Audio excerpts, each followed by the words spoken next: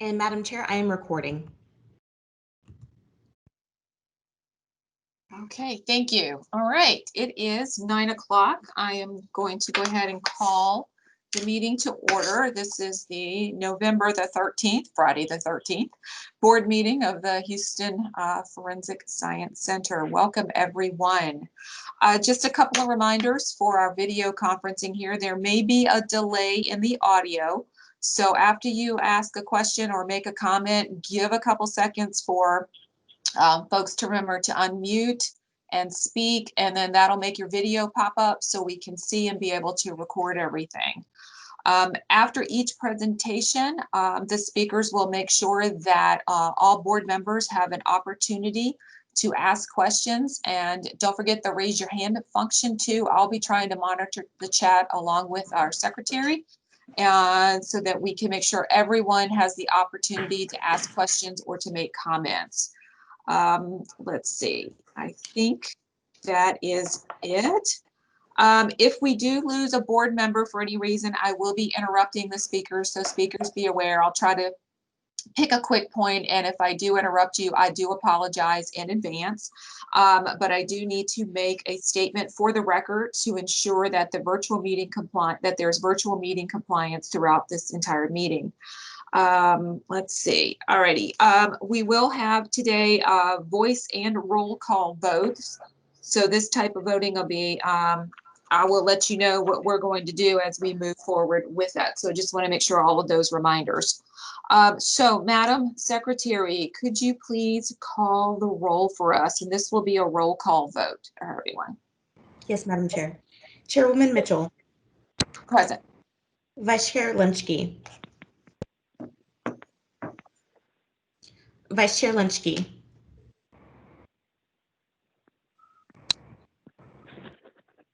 Vice Chair, can you hear me? Director Vasquez. Director Hilder. Present. Director Medina. Here. Director Blanchett. Present. Director Cohen. Here. Director Moore. Present. Director Huff. Here. Director Calabrese. Here. Vice Chair Lynchke, are you present? Yes, I'm here. Thank you. All right, thank you. We have a quorum, yay.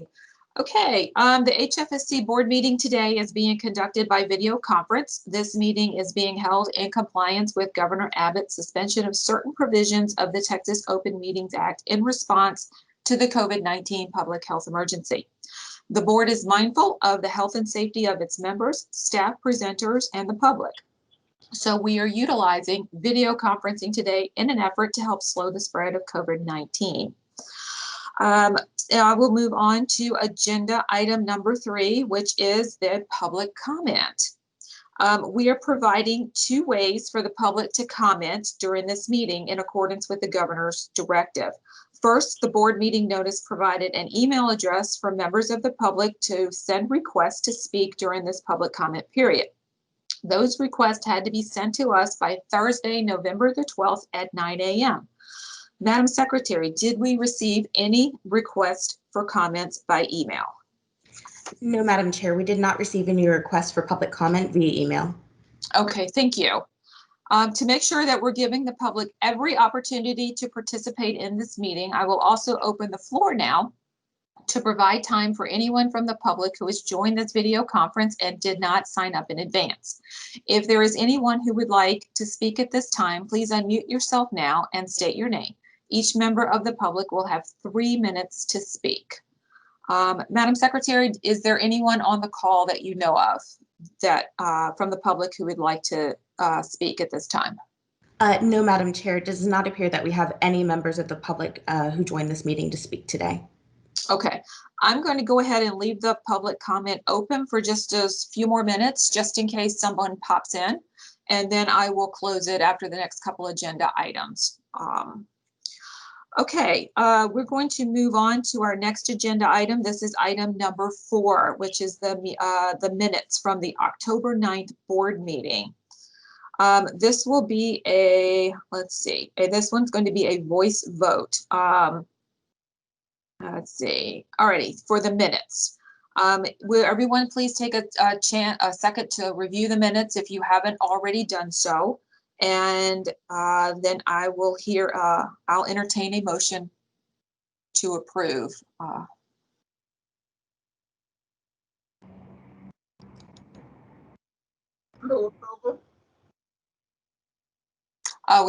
Okay, Lois, thank you for motion to approve. Do we have a second? I'll second it. Okay, that was Janet Blanchett seconding. Do we have any comments, any feedback, anything that needs to be changed, updated, or corrected? Okay, hearing none, this is going to be a voice vote, so if all of the directors will unmute themselves. And all in favor, please say aye. Aye. Aye. Aye. Is there anyone that opposes the meeting minutes? Okay, are there any abstentions? Okay, hearing none, the motion carries unanimously. Thank you. All right, moving on to agenda item number 5, which is the board chair's report, or that's my report. Okay, I had I think 2 things, or no, 3 things, I'm sorry. First of all, I would like to welcome Mr. Daryl Davis. He is on our technical advisory group. He attends all of our meetings and is available to the board along with the other members of the TAG in order to answer questions and to provide guidance on any issues that we may have some questions about. So welcome, Mr. Davis. We're glad that you're here with us today. The second item was a couple weeks ago, I met along with Dr. Stout and Mr. Pena, and we met with Councilwoman Kamen, and we talked a little bit about some of the challenges we were having with CSU in terms of staffing and the increasing homicide rate and some of the concerns we had related to burnout and fatigue. And a really nice presentation, talked with her, answered her questions, and it was a nice meeting. And I think we got a chance to really talk about some of the challenges that we were facing. And we're looking forward to continuing to meet with her and her committee in the future to continue this conversation. And then the final thing on my report is this is the time of year where we usually start talking about the Christmas party for HFSC. And usually every year, it's the Christmas party is funded by the board and administrators through HFSC. We do not use any local funds, any grant funds, any state funds for our celebration of the holidays for the staff. And this year, with the COVID crisis, we're not going to have a party. It would probably not be in our best interest to do that. And what we were thinking about is the potential of, instead of taking board donations, we would like to still take some board donations, but to put that money towards some small gifts for the staff. And just to say thank you, we appreciate you. It's been a long, hard 2020. And just a little something to recognize and to acknowledge all of their service throughout this year, and to say happy holidays to our staff. And so any donations would be appreciated. We can go to the website and there's a little donate button. I'm sure Mr. Leach can direct us and answer any questions about that, about donating. And if everyone would just donate a little bit from the board, I think we can put together a few nice little small gifts for each one of our staff, just to say thank you and to say thank goodness 2020 is almost over. So that's all that I have on my report. Madam Secretary, has anyone joined the call that would like to address the board from the public? No, Madam Chair, we have not had any additional attendees join this meeting. Okay, I'm going to go ahead and close the public comment period now at 9:10, and thank you so much. Alrighty, as our corporate officers and staff members present today, many of them will be sharing their screens as they speak with us. When that happens, the videos will go to the bottom of the screen if you're on the computer. If you have the virtual raise your hand function, you can use that to ask questions or give comments. And again, Ms. Benton and myself and a couple of other staff members will be monitoring the chat and to monitor the participant list so that we can see who's got your hand raised, so we can make sure that we call on everyone and that everyone has the opportunity to speak. Let's see. The presenters will also pause frequently to allow for questions. And just as a reminder, there may be delay in the audio, so please be patient and we'll make sure that everyone has the opportunity to hear and everyone has the opportunity to speak. And don't forget to unmute yourself, which is going to be the phrase for 2020, I believe. You're on mute. So moving on to item number 6. This is the report from Dr. Stout, our president and CEO. He is going to discuss technical updates, outreach efforts, staffing, and some other corporate business items. Dr. Stout. Good morning, y'all. Let me get the right screen shared here. All right, everybody see my presentation slide there? All right. Yes. Good. So typical stuff. If the slide will go forward. Sorry, too many screens, and I've got an extra computer on my desk now these days. All right. So turnaround time stuff. Typical place we've been at. You can see Latent Prints is still reflective of digging into their backlogs. FBio, the same thing. Toxicology is continuing to come down, and you can see the proportion of toxicology is still kind of outsized as they keep cranking through the backlogs that they have. So nothing particularly eventful there. Staffing is one spot to spend just a little bit of time on. We're currently sitting at 203 staff. We still have the typical 7 City of Houston employees that we expect to be there for the foreseeable future. The 1 toxicology fellow from the Army. We have 10 openings at the moment that we are recruiting for, interviewing for, in the process of filling. The 2 that have accepted offers are a forensic DNA biologist.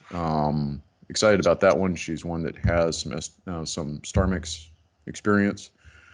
She'll be reporting in January. And then new Seize drug analyst that we have gone ahead and filled that position. You saw that sitting on the other side, that we had been waiting on that to see just what we thought we needed. As we have seen and Amy has mentioned, with marijuana testing coming back online, the changes in methamphetamine, it's certainly starting to create some strains on Seize drugs. So we've gone ahead and filled that position.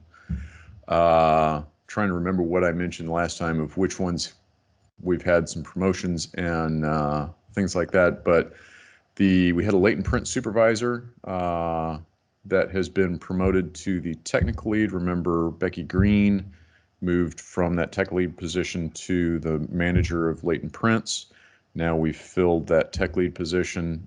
Jennifer Molina has filled that position. We're excited to have her in that. The training coordinator will also be filled internally in biology.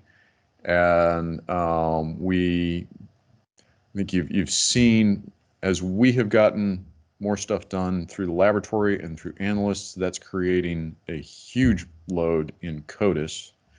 And also StarMix is creating, Courtney talked about this last time, the increased demand on CODIS that StarMix is creating. So we have shuffled 1 analyst into CODIS to try and reinforce in CODIS and deal with that increased load in CODIS. So the vacancies that we have, and Jerry and I will talk about this a little bit. We have, again, rearranged some to try and add as much as we can inside of this fiscal year to CSU. So we have created a new supervisor position in CSU, and they actually are finishing up interviewing for that, and we should have a decision here shortly, as well as 2 additional crime scene trainees, so we can keep the seats that we have at National Forensic Academy filled and try and keep them as fully staffed as we can. So those are the other vacancies that we're looking to get filled at the moment. Any questions on staffing? Like I say, we'll talk some about the CSU stuff here in a little bit. All right.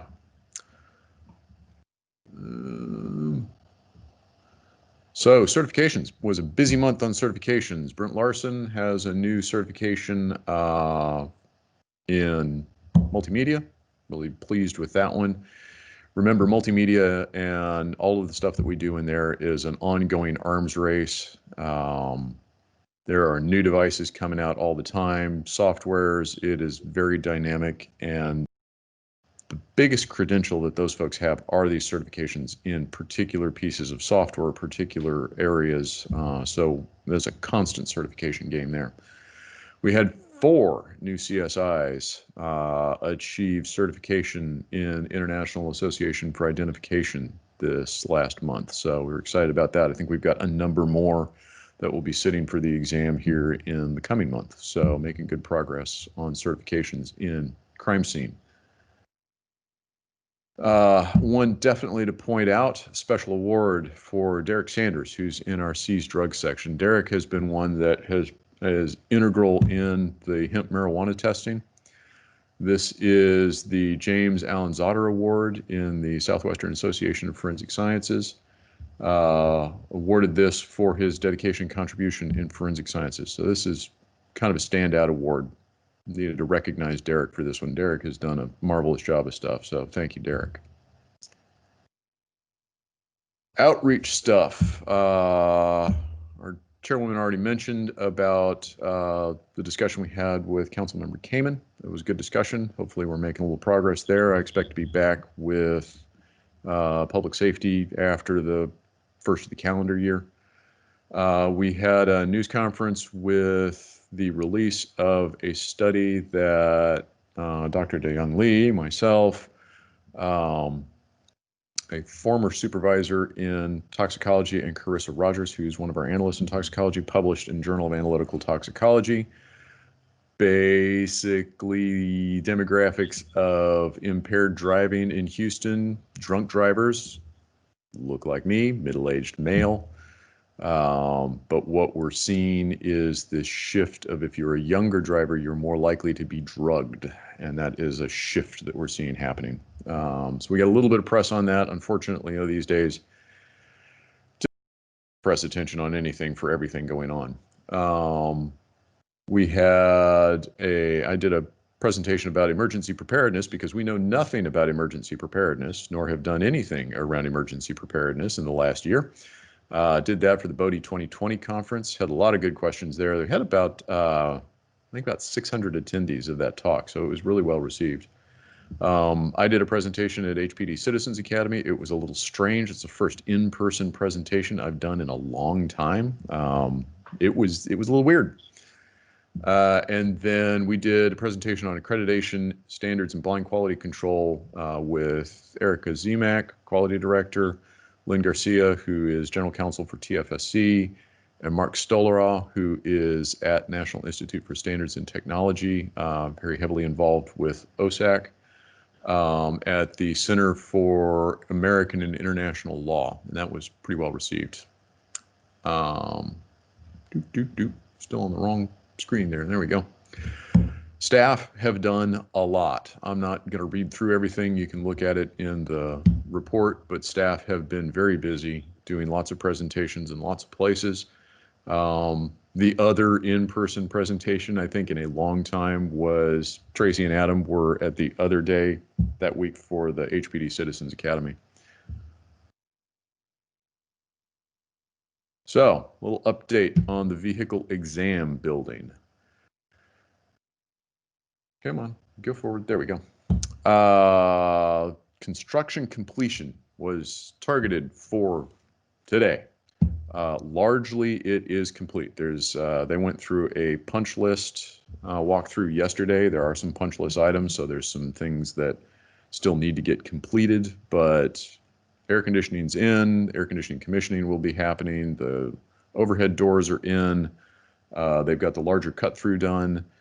And we've made some good progress on the connectivity issues. So you remember we're using the VEB as a diversity of pathway for us in our IT connectivity. So we'll have part of our connectivity for the entire organization run through the VEB. So that gives us some geographic distribution and, like I say, what's called diversity of pathway for us to get at the internet. Crown Castle has made some progress there, and we've got methods by which we will stand up the security systems and the cameras. They're coming December 1st to install those. So we've got good progress. The completion of all the Crown Castle IT stuff is targeted for January. They've got this involves new lines that come into 500 Jefferson, as well as the work that's at the VEB building. So it's much more complex than just connecting the VEB to the internet. So everything seems to be well underway. There is enough air conditioning now in the VEB, I think, to make up for the last 30 years of not having air conditioning. We will be issuing blankets and sweaters, I think, for anybody working over there, even in August. There are some shots of, oops, sorry, went a little too quick there. There is now a bathroom that actually looks like you might, in fact, want to use it. Remember, we had some flooding during Harvey, made what was already a disgusting bathroom even worse. So that has been repaired. That's all done. That shot was taken Monday of where they were working on the overhead doors, but even that has moved on along. You can see down there in the bottom right-hand corner, those are AC units that are in the what is the previously enclosed area. There is a lot of air conditioning that's now in there, so that should make it much more comfortable for them to work in it. But it's nice to see some changes in that. All right, so I think that is the last part that I had on President's Report. Are there any questions for me on that part right now?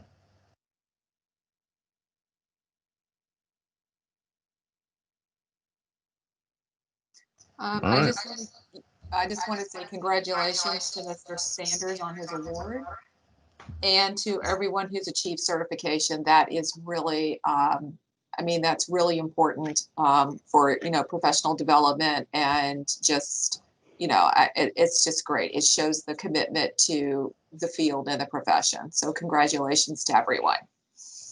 Thank you. I will make sure that I pass that along to him. And I think we've got the next agenda item is the Thermo Fisher authorization, right? Yeah. Yes. All right. So if there are no questions or other comments for Dr. Stout, we will move on to agenda item 7. Okay. Agenda item 7. Members, if you refer back to your board packet summary sheet for agenda item 7, this provides more background information regarding this purchase order. If you recall, we initially approved this purchase in at the May of 2020 board meeting. Dr. Stout is bringing this back to the board for additional consideration, and he will explain to us now what's going on. And please note that this agenda item will require a roll call vote. And Dr. Stout is going to discuss for us to consider authorizing him to approve an additional purchase of 15 quantifier trio kits. Did I say that right? Yep. From Thermo Fisher Scientific to increasing the total amount of the existing agreement and purchase order between Thermo Fisher Scientific and the corporation to $475,030. And there's some possible related actions. So please remember, this will be a roll call vote. So Dr. Stout, the floor is yours again. All right. So this actually is pretty straightforward, happy circumstance. We purchased these. So originally when we had the board authorize this arrangement, we do a standing order with Thermo that gets us a pretty hefty discount on the reagents that we have to use in biology. But that's above my signing authority of what we will spend across a year. So that's why we bring it to the board. Back in October, I think it was, Thermo accidentally sent us a duplicate order of trio kits. And when we pointed this out, they said, well, we don't want them back. We'll give them to you for half off.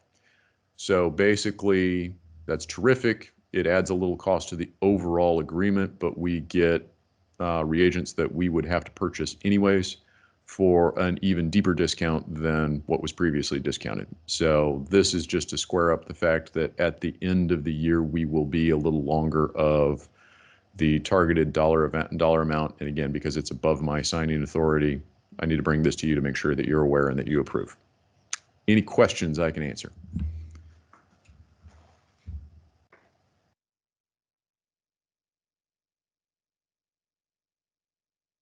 Okay.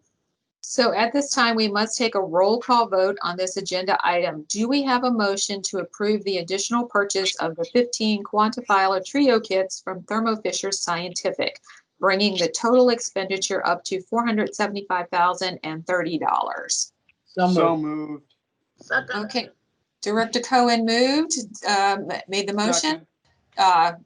Director Hilder seconded. Do we have any further discussion or questions for Dr. Stout? Okay, Madam Secretary, would you please call the roll?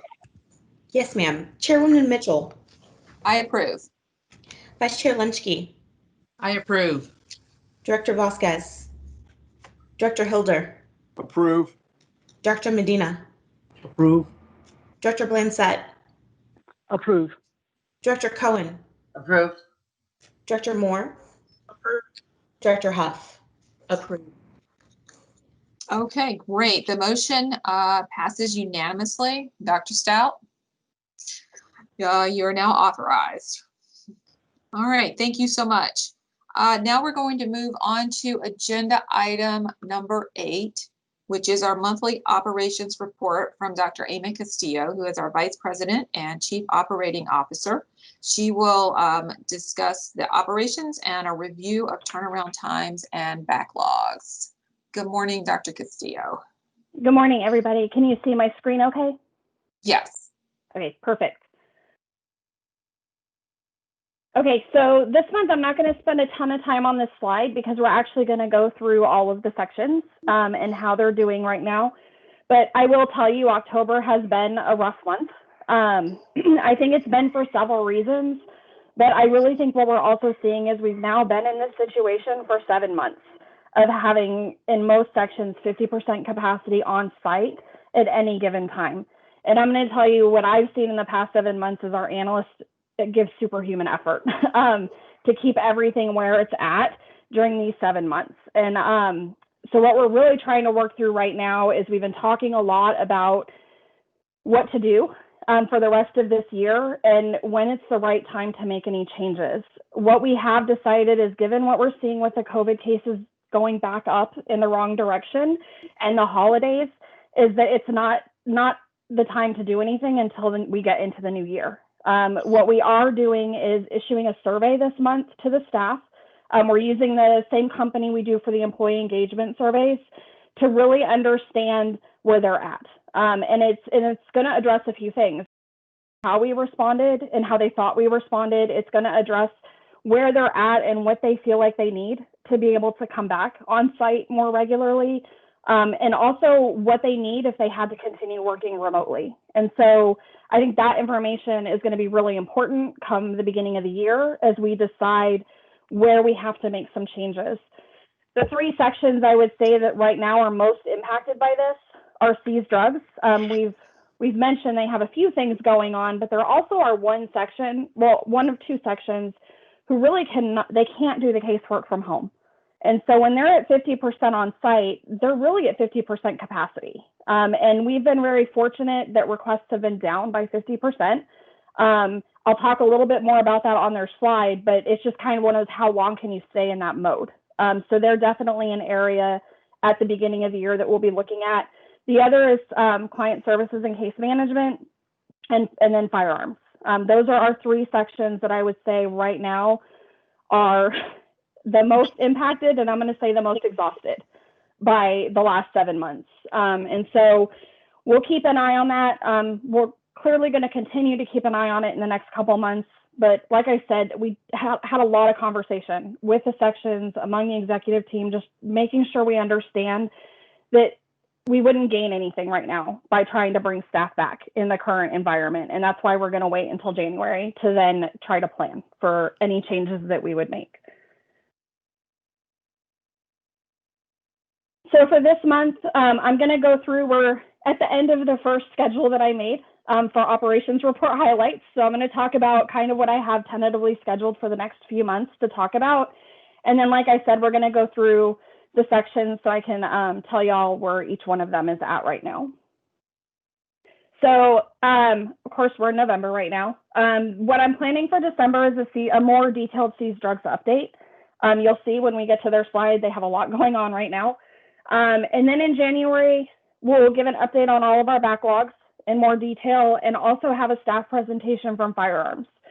And then in February, we'll have a Latent Prints update. They kicked off their project on November 5th, their Lean Six Sigma project. So I think it'll be a good time to kind of give y'all an update on just how that section is doing through the beginning of the project. And then we'll have staff presentations from biology. As we know, we're working through the sexual assault kit backlog there and just the overall backlog. So we'll have a more detailed update from then. And then in March, we're going to do another round of lab updates. I want to get this more routinely on the schedule, especially because I don't know if y'all are aware, but every other month we do a company meeting and we present the same thing. And I think it's important for all the staff to get to see how all of the sections are doing as opposed to just a highlight of one section. And so I'm trying to work that into the schedule here. And then you'll also hear again, today you're hearing from our Lean Six Sigma group and our R&D group. You'll hear again from them in March. Does anybody have any questions so far? Okay, so we'll start with client services and case management. This section is still continuing to keep up with the evidence transfers that they need to be doing. So just as a reminder, this is the section that goes to the property room, gets all of the evidence that the analysts need to analyze, brings it back to the Forensic Science Center, and then when they're done, takes it back to the property room. This seems very simple. I can tell you it's not. This is a key part of our process, and it's really imperative that it's done appropriately. They're also our gatekeepers to make sure that everything that is brought over is packaged correctly, that we can accept it. So it's a pretty intense task that they do. They have been operating for the past 7 months at 50% capacity on site to get that done. And as you can see, if you look, this is from April until October, the end of October, there has not been a significant decrease. It's about 13% in the amount of items that we've had going back and forth that this group has handled. And actually in the last 2 months, it's been up. 1 month it was up by about 7%, and then last month it was just 1%. But again, even the fact that it's the same and they're at 50% capacity and they're maintaining, I think demonstrates kind of the incredible effort that the staff are putting in. The other thing that they do is accession the blood alcohol kits. And so just a reminder, they're the ones who bring the kits over, open the kits, make sure all the information is correct, and get basically the blood tubes on a rack for toxicology. They're still keeping less than a 3-day turnaround time throughout the whole pandemic on that process. The other thing that they did was in conjunction with IT, they implemented an electronic discovery of records, an electronic means to get the discovery requests that they're getting and most of the document requests that they're getting. This has been really helpful. It's been helpful to the stakeholders. A lot of the positive surveys we've been getting that you've heard Erica talk about are related to this process. So we're definitely getting really good feedback from stakeholders that they don't have to come and pick stuff up, but it's also really helping our section. When you're at 50% capacity on site, it's easier when you don't have to be somewhere at a specific time to hand somebody something, but of course it's also helps with safety so that they're not having to deal with any extra outside people. So Seas Drugs, like I said, they have a lot going on right now. They've been at 50% capacity this whole time on site. As you can see, if you look at the overall period of time, they've maintained a 14-day turnaround time overall, which is incredible. But you can see in the last couple months that has ticked up. And really, I would say where we can pinpoint where this started was with 2 things. It's with bringing marijuana online. And it's also because of when we shut down for Laura. This really impacted them. This is an area, and I think we see it in firearms too, where something that hurt a little bit a year ago, not in 2020, hurt a little bit, it hurts a lot this year, just because you're already fighting through such limited capacity. And then you have to, for them, the shutdown ended up being about a week in order to get the lab all shut down, the instruments off, and then come back and get them all back on and going again. And so it really just has thrown a kink in the process that they had going with that 50% on site. The other thing, like we've talked about, is with the methamphetamine, the shortage of methamphetamine, which ultimately is a good thing. But for them, it does require more testing to get to the same answer they would have before. And so those cases just take a little bit longer. The marijuana testing, I'm going to say, like, the turnaround time that you're seeing, because if you recall, our turnaround time is calculated when a case is finished. And honestly, marijuana cases, last month we completed 14 of them out of the hundreds and hundreds that these drugs complete. So that's not what's impacting our turnaround time. What it is impacting right now is our backlog. This is a section where y'all very rarely see a backlog. And if you do, it's like 3 cases. And at the end of the month, they were at 47, which is a big red flag for us.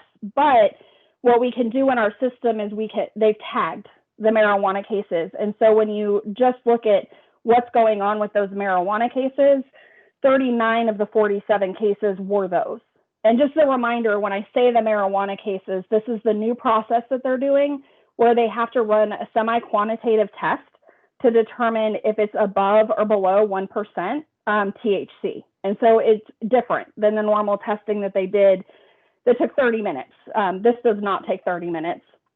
And right now, because it's a new process, we have 3 analysts that are signed off to do it, because we're still getting our feet on the ground with the process. And so it's just going to take some time to figure out how many more analysts do we train once we have the process down, then getting them trained. And then that's going to help bring that down.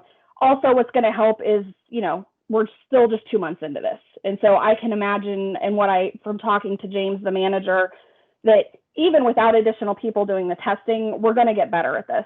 And those cases are going to start getting out faster. Like I said, we issued 14 last month total, and this month we've already issued 11 of those reports. So that pace is going to pick up. The other thing we saw in October in this section is we saw for the first time requests go back to what we saw last year. Throughout the whole pandemic, we've been seeing their requests at about half of what they normally get. We saw it go up in October. The thing is, we're trying to be careful not to overreact because it was 1 month. And so we're keeping an eye to see through November and December, is this now that we're actually getting back to normal as far as their request level, or was there something unique about October? And how much of it, because about 40 some odd of those requests, 44 of those requests that they got were marijuana related. That doesn't equal 50%. So again, we're just trying to keep an eye. And this is an area where we did have a lot of conversation about, do we bring people back now? Do we not? But it is very disruptive to bring them back and have to send them back home. And so with the way COVID cases are going right now, and knowing all of these different factors going on, it just doesn't make sense to do anything before January. Janet, you had a question? Yeah. With regards to this training, and I realize we're talking about, lab training. How much of that can be supplemented with some CBT training, computer-based training, or even training remotely, as we're doing like here with our meetings? When someone is perhaps demonstrating in the lab, this is what you do, so you have a camera on it, and then other people can see it and record it, and then they can refer back to it. Because I realize training is difficult, especially if you have only half the people showing up, you can be there at one time. But we may be able to use technology to help us out there. I was just wondering if you investigated those routes. We haven't, but I want to explain why. Most of our staff are on site 50% and off site. And so in all of our training, there's a lot of reading that people have to do and a lot of outside the lab work. And so generally what we've done is we focused that outside the lab work to be done on their week off. and then the lab work to be done on their week on site.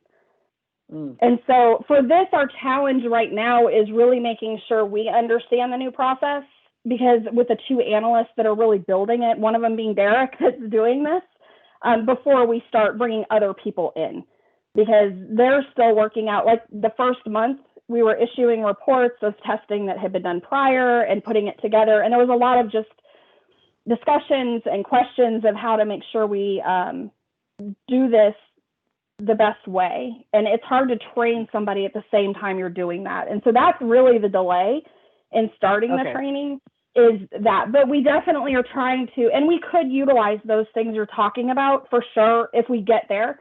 Thankfully, all the analysts are on site at least 50% of the time. And so we can utilize that time to make sure that's when they get all of the lab training.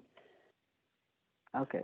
So if I understand what you're saying is right now the obstacle is working out the process first, then training people on the process once it's established. Exactly. Is that what you're saying? Okay. Yes. Okay, the one other thing that the section has going on, I've mentioned a few times, I feel like now, that they cannot do the casework from home. With the CARES money, we actually are working on building that capability. The first step is getting all of their lab instrumentation networked. So this has been a challenge in the past. It's requiring us to purchase some software, upgrade a lot of their computers. And so the CARES money is allowing us to carry out that project.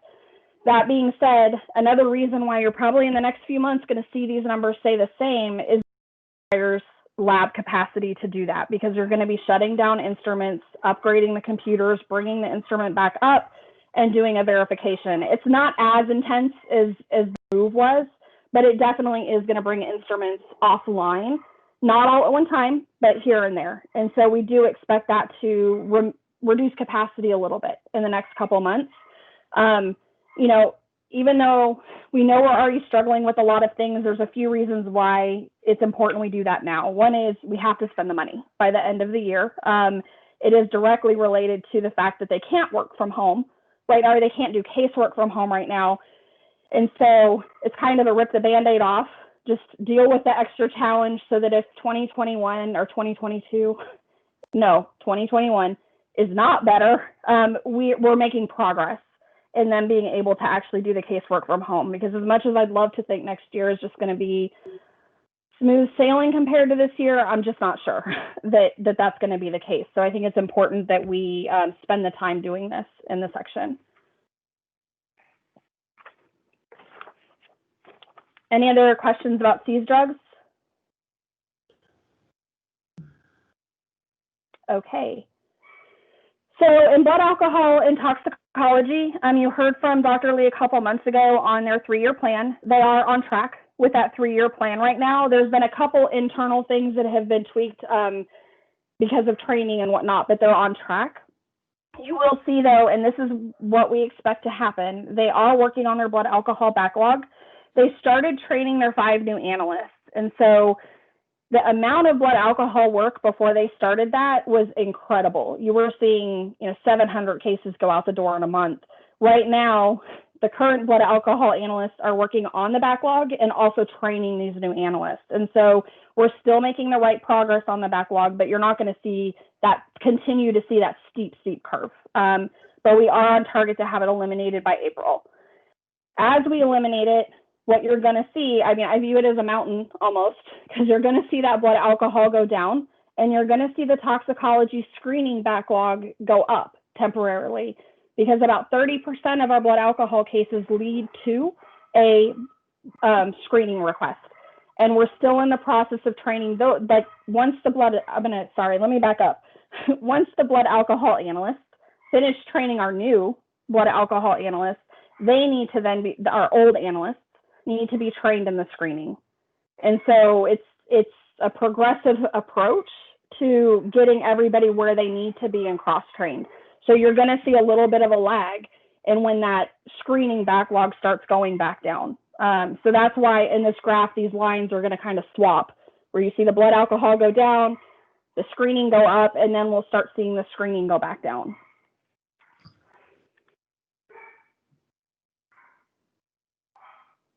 in firearms, oh, sorry, did somebody have a question? Or is that just an echo on my end? Okay, I think it was just an echo. Okay, so firearms is another area that I mentioned. While they can do some casework at home, it is pretty limited what they can do at home. And so this is an area where we've seen just stuff that wouldn't have hurt that bad a year ago, losing an analyst for a couple of weeks unexpectedly, those kinds of things just hurt a little bit more.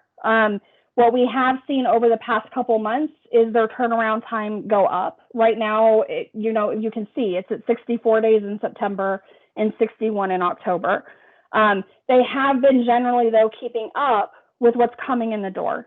And the other piece I wanted to mention, if you look at the backlogs on the graph, on this graph, is they had 1 month where it went up a little bit. For the most part, though, it stayed steady through this time. And so while we're not thrilled with where the turnaround time is at, I am happy to see that once we can start bringing people back, we haven't created more of a hole to dig out of, which is really important for staff for morale too, just like it is that we are keeping them safe. Sections that have stayed out of a hole for a long time, it's really hard for the staff to see that coming back. And so again, that's what we're keeping an eye on in this section too. It's just that we're maintaining that at a place that's manageable so that when we bring people back, we can get back to full steam. The other part of this section is NIBIN, which is the National Integrated Ballistic Information Network. I would compare it to like the CODIS for firearms. They've actually seen a pretty significant increase the last couple months in requests, but even with that, they have managed during this whole time to keep less than a 45-hour turnaround time on that work. So they've been doing a really good job on that. We're keeping an eye on that increase. We're just not sure right now if it's a cyclical increase because we've seen it in the fall in years past that the cases went up and then came back down, or if this is a true increase and a new normal. So we're going to be keeping an eye on that for the next couple months. And that's why I actually have firearms talking in January so that we can update y'all on what we've seen and how that section is doing. Right now, though, I'm going to say from a operations perspective, we don't have concern. Even if it stayed where it's at, they were able to maintain that. But we do want to know if this is our new normal or if that was just, a cyclical spike in the requests.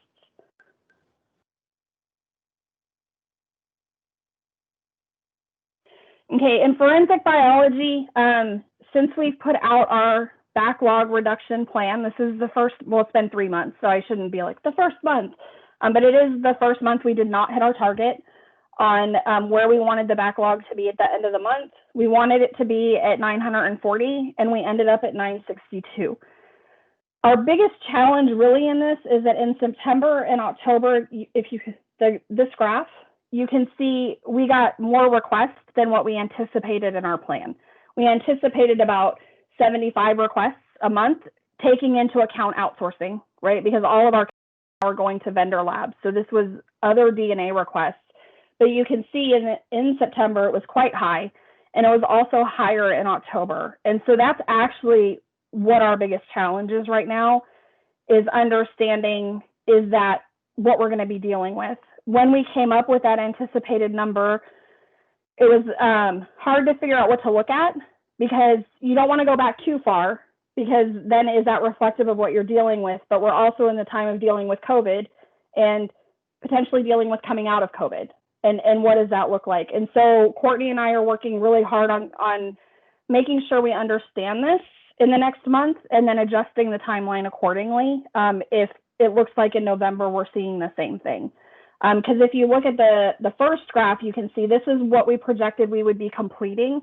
We had either overachieved in that goal the past 2 months, and this month we hit it. And that was actually with some unexpected analyst outage, I should say. That's the wrong word to use, but analysts were out unexpectedly. So we really are, the staff are hitting the targets that we set for them. I think we just have to look at what this anticipated. Did we miss our mark on that? And how do we adjust accordingly, if that's the case? The other piece that we have to take into account when we're looking at that is, as Peter mentioned, we did move a DNA analyst into that training coordinator position. So we effectively lost an analyst. It's always, I feel like the best news is that we're able to promote internally, and we're really excited about India being training coordinator, and we know how critical that position is. Y'all have seen, if we're not on top of what's happening in training, we have a problem in this section. So we really need that position. The flip side is, you know, we lost the DNA analyst. We are excited about the experienced DNA analyst coming in January. That was an unexpected bonus. We're not exactly sure how long it'll take yet. They're working on it to see when she gets here how quickly she can be doing our casework. But it'll certainly be a quicker arc than if it was a new analyst.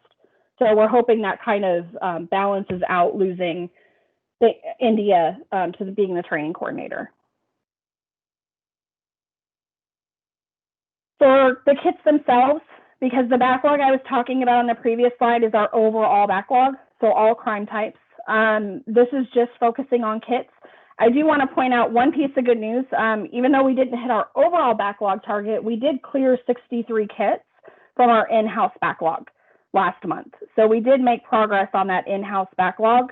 And this number from the last time I presented the slide, the overall 897 is down 100. So we are making progress on the kit end of things. It's just important to the section that we're focusing on the kits and the overall backlog for, you know, long-term sustainability. And you can also see the other number that we made a ton of progress on are these outsource reviews. Just as a reminder, this is when we get a report back from the outsourced lab.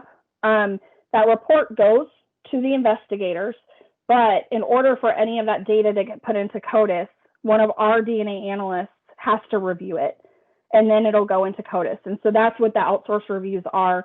When we started this in April, that number was over 1,000.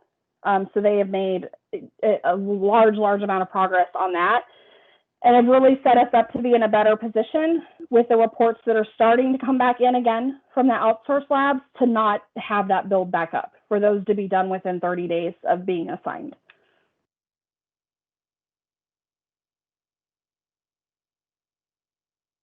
Okay, the last area is latent prints.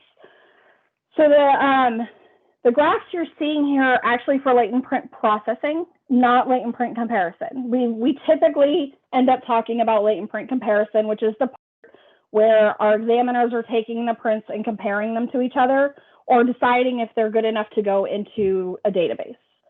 The part I'm talking about here is actually in the lab when we get an item and we have people lifting the prints off of the item or capturing images of the prints to then go to those latent print examiners. This is an area over the past year, 2 years, has been a struggle. Part of the reason why I think it gets overlooked is because we do have a really large backlog in latent print comparisons. And so the section generally for this work, unless it's a rush case. They typically have plenty of work to do with the backlog that they have. And so unfortunately, we tend to put all our resources there. What we've seen though, especially in COVID, is understaffing this area. And for the last, between, I would say August of the year before to this past August, we had one person in that section. It was manageable because we had examiners who could do the reviews of that work. Once we got a second analyst signed off in August, you can see we're getting more work done consistently. That's really important. But we're also seeing, if you look at the blue bars in the other graph, we have been building a backlog in that section that, you know, we're not okay with having there. And so we made the decision, we had a latent print examiner vacancy. Typically, like I said, it's like we know how short on resources we are for latent print examiners. So typically we haven't really even asked ourselves. We said we need to fill it. We need to get an examiner. We took a step back and said, you know, we really need more capacity in processing if we're going to get this under control. And so we shifted that empty position from being an examiner to being a third processor. This hopefully will help, again, these orange bars, which are the amount completed, get more steady. So we know how much we can complete in a given month. and help that backlog go down. The other benefit to that is we know processors a lot of their goals are to become an examiner. And so we also know that by having the 3 people there, we're also building a pool of examiners to build from when we get more capacity for that. And so then we can, backfill through processing and train to be examiners, since that's quite a long training program. So that's where we're at in Latent Prince. The other thing, and you'll hear a little more from Amy, we started the project on November 5th. You'll see when she talks about the team, it's, as it should be, very heavy in Latent Print examiners. We do ask when we do these projects that they dedicate 25% of their time to the project. And so we know that it's going to be a hit in the section for how much casework is going out the door. So I'll keep you posted on how the section is doing, but we also know it's kind of like this investment we need to make in order to get the best out of the project. And so she'll talk a little bit more about that in her presentation. And as Peter mentioned, we now have Becky shifted to the manager position. We just backfilled her tech lead position with one of our supervisors, Jennifer Molina, which will open a supervisor position. So it is very exciting in the section that we've had this opportunity for quite a few people to grow into new positions. So we're excited to see who our new supervisor will be, and we'll keep y'all posted on that. And that is all I have. Does anybody have any questions? Oh, yes, it looks like Director Blanksett has a question. Janet? Yeah, I noted in your presentation you were saying now people are having opportunities to do different things, to get the training they need, and also for career advancement. Has there ever been a discussion with the staff about whether they feel like that is how that they're actually getting that advancement overall? I mean, I feel like in the engagement surveys, we've asked questions around that. I think it's a good question to ask more directly if they do feel like, just from a standpoint of what we're seeing happen, I think there's been a fair bit of opportunity because we've had in every section lately, analysts promote to supervisors, people promote into tech lead positions, the training coordinator position. So I think when I'm looking at that, I feel like there is quite a bit of opportunity, especially for where we're at in the government, because I definitely think we struggle with that a little more than, say, the private sector. But, it's definitely something I'd be interested in hearing their perspective on so we can figure out how to ask them. Yeah, exactly. I think it's important to have a continuous improvement program for employees, because that's one of the things that keeps attrition from happening. I mean, you'll get it anyway for obvious reasons, but it keeps it down to a manageable level. And it takes so long to train folks to get them to the point where they're very useful. So you hate to lose anybody because they're unhappy because they're not getting ahead, or they feel like there's no place to go, So right. I just want to get the sense for whether or not that's really being looked at in a more explicit way. But it sounds like implicitly it's looking good, but, just wanted to check. No, I agree. And we are working a lot in some of our sections right now. We've started to really ramp up how much team dynamics and leadership type conversations we're having in the section. So even if a position isn't open right away for people, they feel, we're investing in their growth in that area as well. And like you said, it takes a long time to get somebody comfortable with those things. And so whether a position is going to open a year from now or 2 years from now, I think it's important that they see we're willing to invest the time in them learning those kinds of skills or having those kinds of conversations. All right. Any other questions? All right. Thank you, Dr. Castillo. Okay, now we're going to move on to agenda item number 9. This is an update from Dr. Stout regarding current crime trends, the impact on HFSC's crime scene unit, and the immediate steps being taken to increase staffing in that section. Dr. Stout. All righty, me back. You see my slide all right there? Yes. All right, good. Okay, so Jerry's going to talk more about the, oh, you have a question? button, sorry. Jerry's going to talk more about the specific 5-year plan. I just wanted to lay out a little bit of the higher framework of the challenge facing us, because it's pretty sobering. We've talked some about the difficulties facing crime scene and ultimately what's going to be impacting other sections. You can see stuff that crime scene collects. Pretty logically, it's going to affect latent prints, it's going to affect firearms, it's going to affect forensic biology.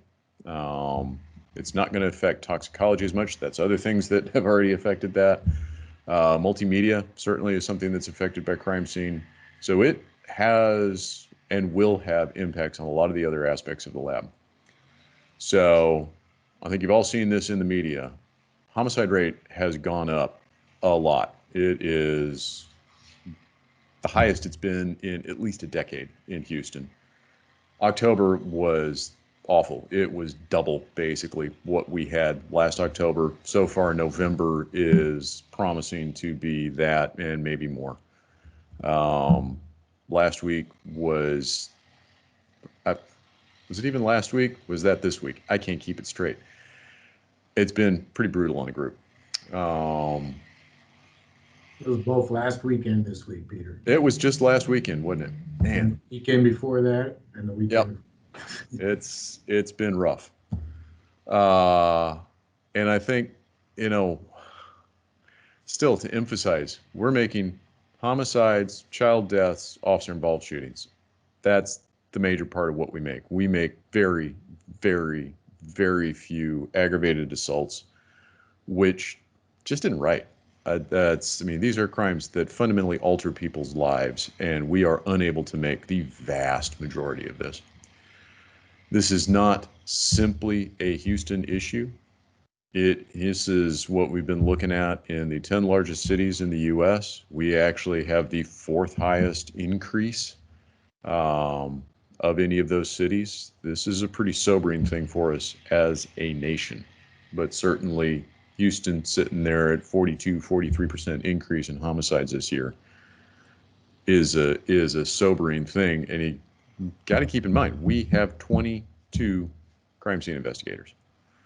Chicago has 200. Yeah, I get they're batting, 600 plus homicides there, but the mix of crime is different, and we just aren't even in the right order of magnitude for the number of crime scene investigators that's necessary for this challenge.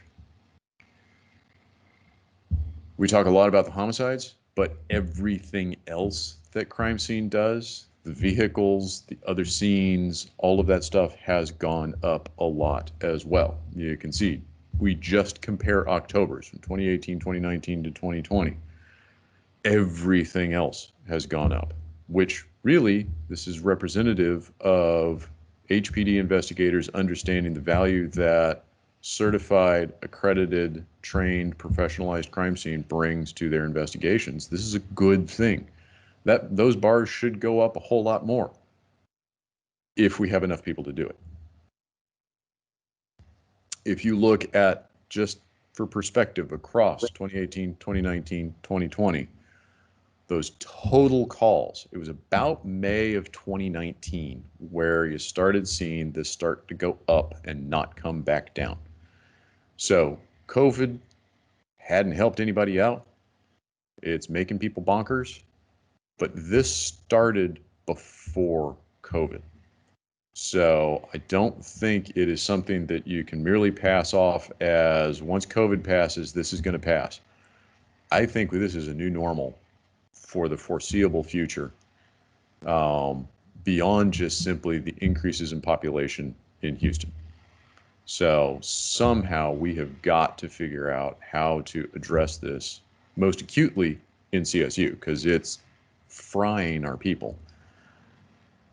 Quickly after that, it's going to be impacts to the rest of the laboratory as the quantity of evidence that's coming in from this increase in crime hits the rest of the laboratory. And I think we're already starting to see that in some places.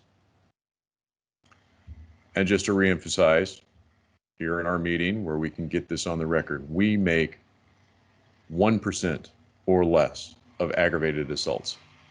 So my flippant and somewhat hyperbolic way to refer to this is if you get shot, stabbed, or beaten in this city and don't die, certified scene investigator is not making that scene. That's just not right. This is a really sobering thing here. And even if homicides were to go back down, there is more than ample stuff that we should be making to keep whatever scale we manage to get to busy for decades to come. Because we have such limited resources, it's not like we're just going to, we can't just throw people at this willy-nilly. We are looking at anything and everything about how we can be smarter, force multipliers of the people that we have, look at the distribution of where things are happening relative to day of the week, time of the day. Particularly as we've been thinking about adding a supervisor, where best do we deploy that supervisor? Well, you see hotspots there Friday mornings, about 2 a.m., which you'd kind of expect, and Wednesday evenings, go figure. That's the other red spot on there is Wednesday evenings. So, you know, we need to be as intelligent as we possibly can about deploying what few resources we have go. So, acutely, we've talked a little bit about this a couple of places already. We're shuffling stuff around to try and add as much as we can to CSU inside of the budget that we've got this FY. I know the city is got significant economic issues just like the rest of the country. Everybody is struggling for resources. Everybody is behind the 8 ball on this. But as best we can, we will keep those National Forensic Academy seats filled in January and April. So that may add a few heads CSI wise. It also depends on how many we lose to attrition between then and now. It may come about out in the wash. It may actually get us a couple more heads in there. It kind of remains to be seen. We are creating an additional supervisor because one of the challenges we have is we don't have enough supervisors. It's very supervisor dependent. The CSIs inevitably have questions. There are inevitably issues of trying to negotiate between an investigator and what we need to do in terms of our policies. That runs through supervisors. Supervisors are the ones doing reviews. That runs through supervisors. Director Hilder, you've got a question there. Yes. You're muted. Doctor, let me ask you something.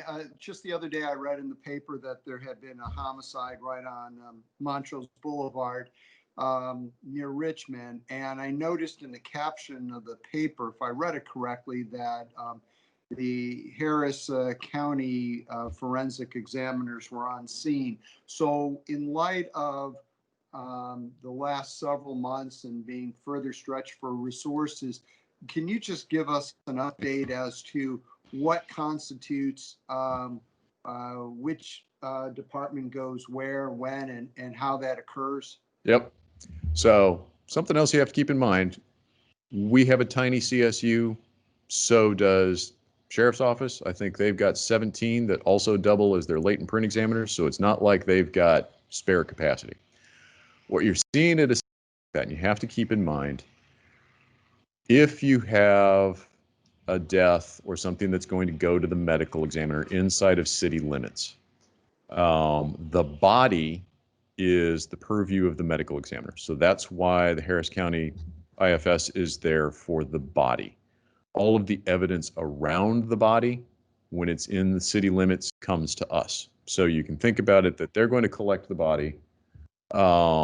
It's going to go to the medical examiner. The clothing, the fingernail scrapings, all of that kind of stuff is going to get packaged up and come back to us for the analysis. Now, if that is a body that falls the other way, just outside of the city limits, that would then go to IFS. So there is a dizzying array of memoranda of understanding between the 89 law enforcement agencies in Harris County.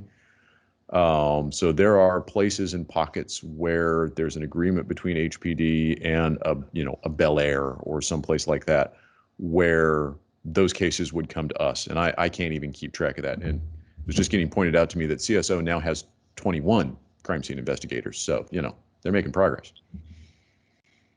So I mean, is it fair to say that, okay, when you mentioned Chicago, for instance, having 200, Chicago's in Cook County, but I don't know what provisions Cook County has as opposed to the city itself. But here, is it fair to say that our crime scene examiners really, I mean, we have 28, but it's supplemented by an additional amount with Harris County because you work together, or is that unfair to say? And is that something that we should not really consider when we're looking for alternative funding sources?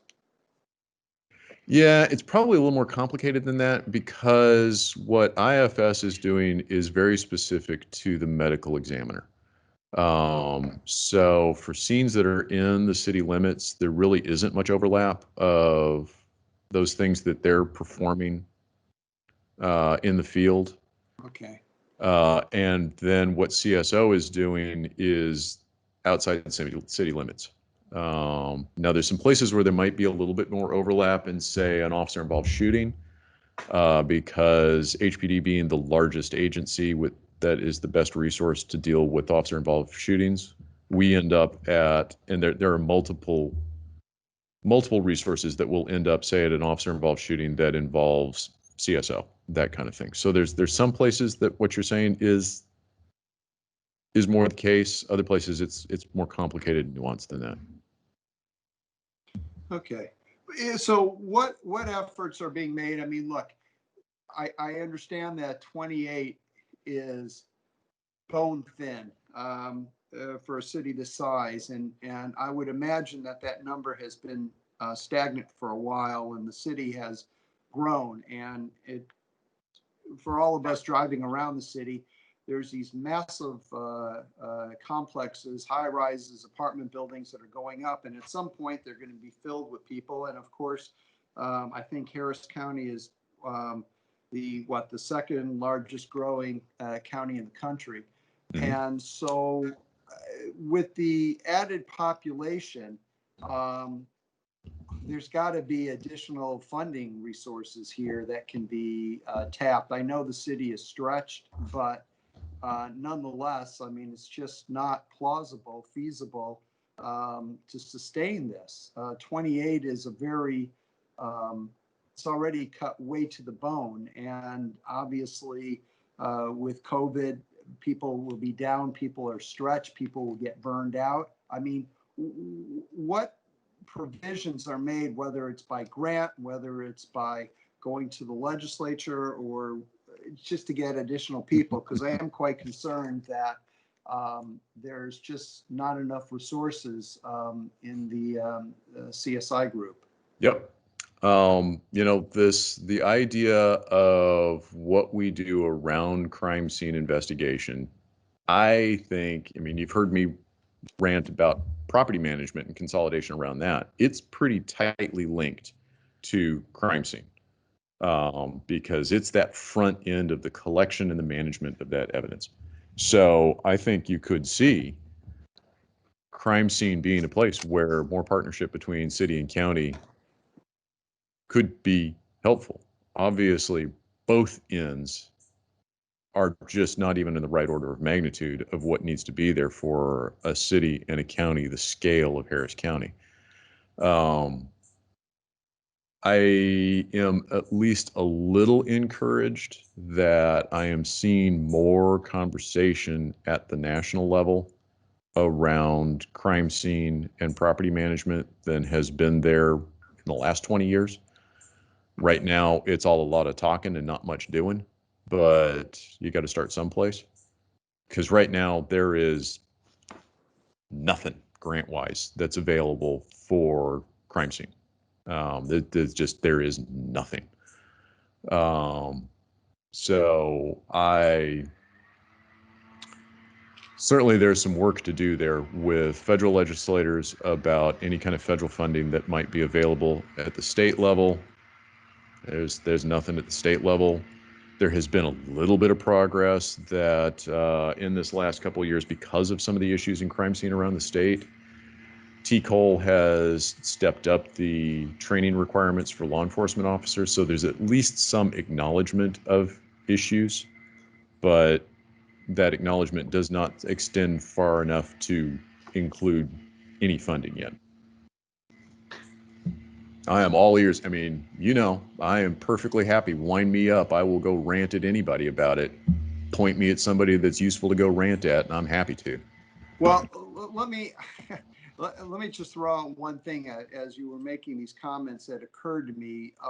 Sometimes agencies have to leverage other agencies and collaborative effort, and I'm just wondering if the different stakeholders, such as HPD, if there are a few bodies that can be put on loan that can be trained with HPD or so that can join kind of as a special, if you would, the crime scene investigators to kind of leverage some of your manpower there, because I know that obviously some of them, there are people that are trained over there to do some types of compatible investigations, but to maybe get the city to loan a couple over to supplement. I don't know. I'm just trying to think creatively to help.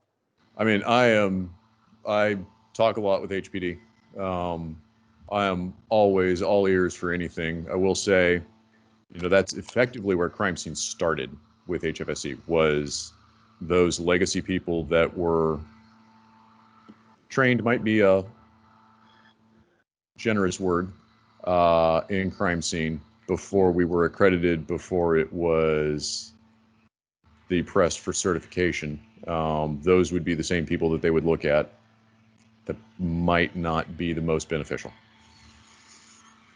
Yeah, well, I was thinking that they would have to be under your tutelage and they'd have to be trained, but or retrained, to meet standards, our standards. But I'm just also trying to be somewhat creative to look for additional resources for you that may not necessarily come out of your pocket. Yeah, it's a real challenge. Now, what I will say is, as Jerry talks about stuff, another issue is, even if the magical money wand could wave and boom, we had all the money we could possibly hope for, the group is so small right now that we can only add so many to the group at a time, because new people, even though we've got them going to NFA, that's world-class training, gets them a long way. It's still about another year of training and oversight before they're really independent. So that means one of our precious few CSIs is involved in training and not processing scenes. So, until the group is larger, it's difficult for us to add a whole lot of people to it at any one throw. So, it's a bit like coming back from being starved. You can't just dive right into a full meal. It's going to take us time to wean into being able to grow the group faster. I think, Madam Chair, you've got a hand up there. Yes, I just wanted to ask, what do we know about the makeup of Harris County's, the sheriff's office, their crime scene unit? Are they civilianized or are they sworn deputies? I can't recall. I'm trying to remember. Jerry, you probably remember best. I think they are largely sworn, and they're both, I know they function both as their latent print examiners as well as crime scene investigators. Right. But Jerry? Yeah, they are sworn deputies. Okay. Assigned to the crime scene unit, and they do everything from collection to examination of fingerprint. Are they certified, and is their crime scene unit accredited? Some of them are certified crime scene investigators through the II, like most of ours are. However, it's not mandated. They're not an accredited crime scene unit. They're not accredited agency other than whatever law enforcement accreditation they may have. But that does not equate to our accreditation. Okay, thank you. Janet, I see you've got a hand up. Yeah, there's something that you said that sounded like a chicken and egg problem. You can't grow until you grow. Uh-huh.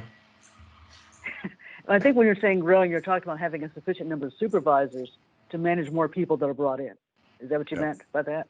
Well, there's that, but then even, we've got experienced CSIs that are involved in the training of new CSIs.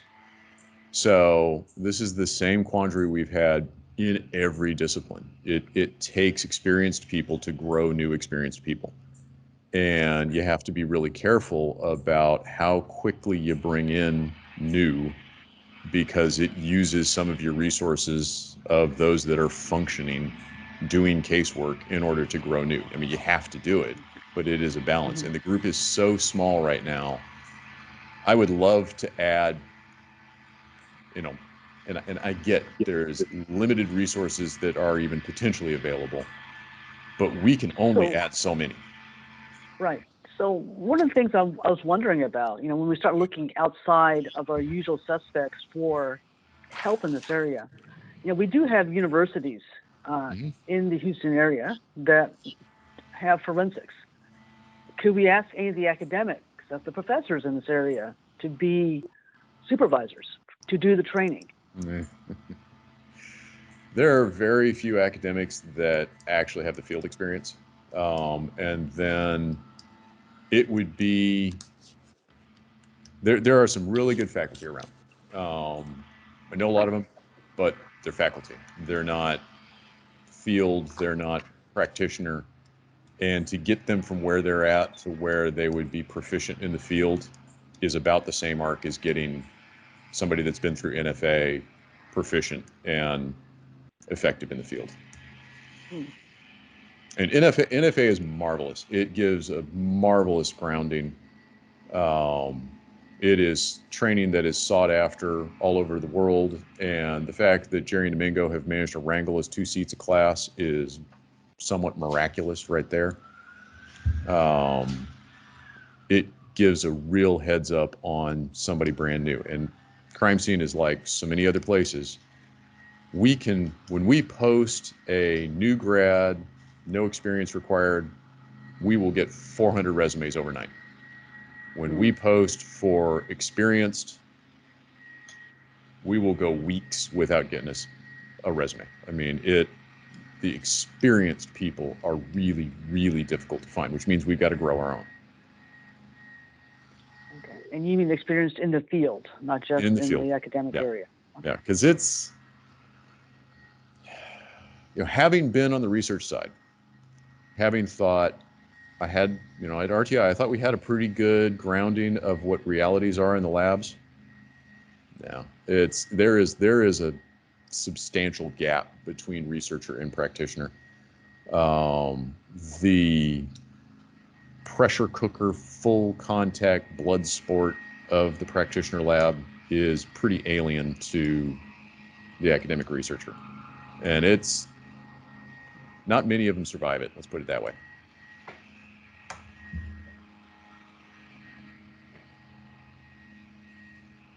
Okay. Okay. One more thing. Okay. Have you looked at any of your former colleagues in the military that have similar types of issues where they have a CSI of some kind?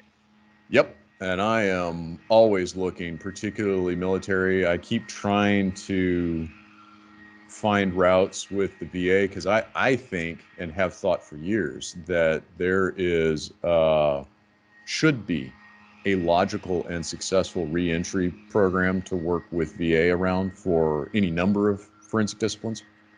And, I think certainly our focus on military is why we have so many veterans in the staff. The one Army fellow that we have is unique in the country. And I'm really hoping that program can continue on past our current fellow. So I think we're making some inroads there of finding routes for those personnel. Okay, thank you. Yeah, no, even though he's Army, if I could find somebody in Navy, that'd be. Yeah, Jerry, Army. I get it. I get the dig. I don't know. We got a few Air Force people now too, so they're really the butt of the jokes. That's what that branch is for, is to be the butt of jokes. All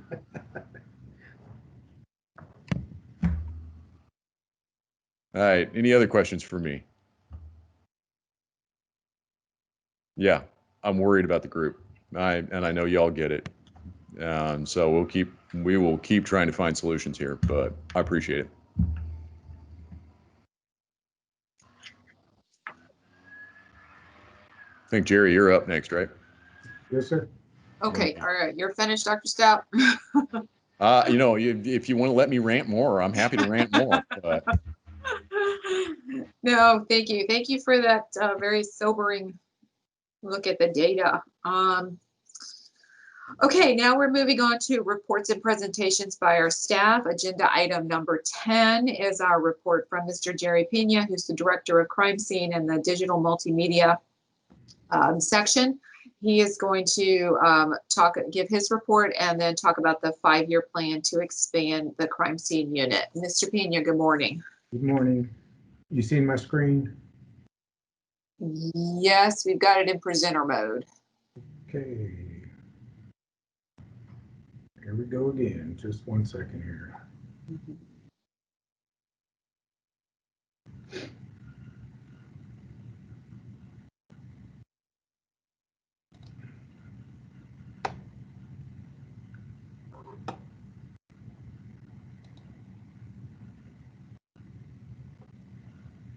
How's that? I see your teams with the board meeting file up. That's the view that we have, yes. All right. If you can bring up the PowerPoint presentation from there and then hit slideshow, I think we'll be able to see it. Let me get the right screen. Okay. This is always my challenge. Sorry, guys. When you work on multiple screens, this is what happens, at least for me. Do we need to reduce your screens? Yeah, probably better. This should be it here.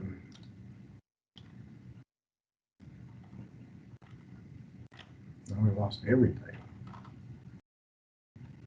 Just 1 more second here. The screen 3.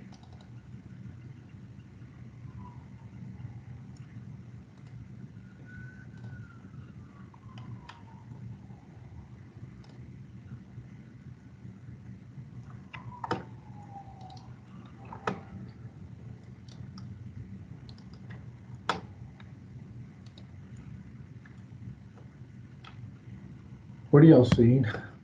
The Brady, just kind of the view of everyone, all the board members, kind of the Brady Bunch picture. All right. Peter, can I get you to bring yours up, please?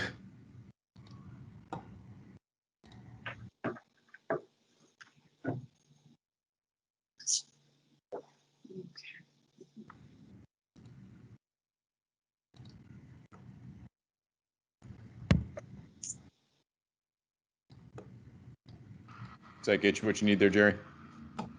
Yeah, if you could bring yours up. I had this issue yesterday also. Does everybody see that?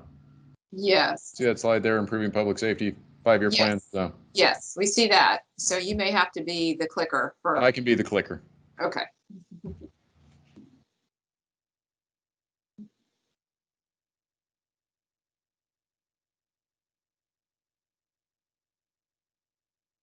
So there's your first off the title slide there. That's Jerry. That's the first one of just all the numbers. And now you're muted. Hit the wrong button again. So the 5-year plan covers fiscal year 22 through 26. As you can see, we're looking at 30 crime scene investigators in the next 5 years. That will add a total of 6 supervisors for the 30 crime scene investigators. When we look at vehicles to deploy these newly staff members, we're looking at 10 vehicles for the next 5 years. Year after year, beginning with the capital investment there, we're looking at 320 over the next 5 years, just on personnel cost. In 2026, we're looking to also add for every 6 positions in crime scene. We need to also consider the crime scene, the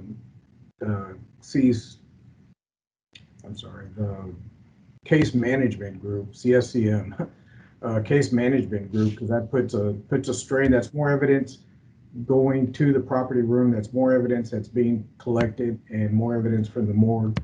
And that's the cases that the CSCM technicians, work with. So we need to consider them as well.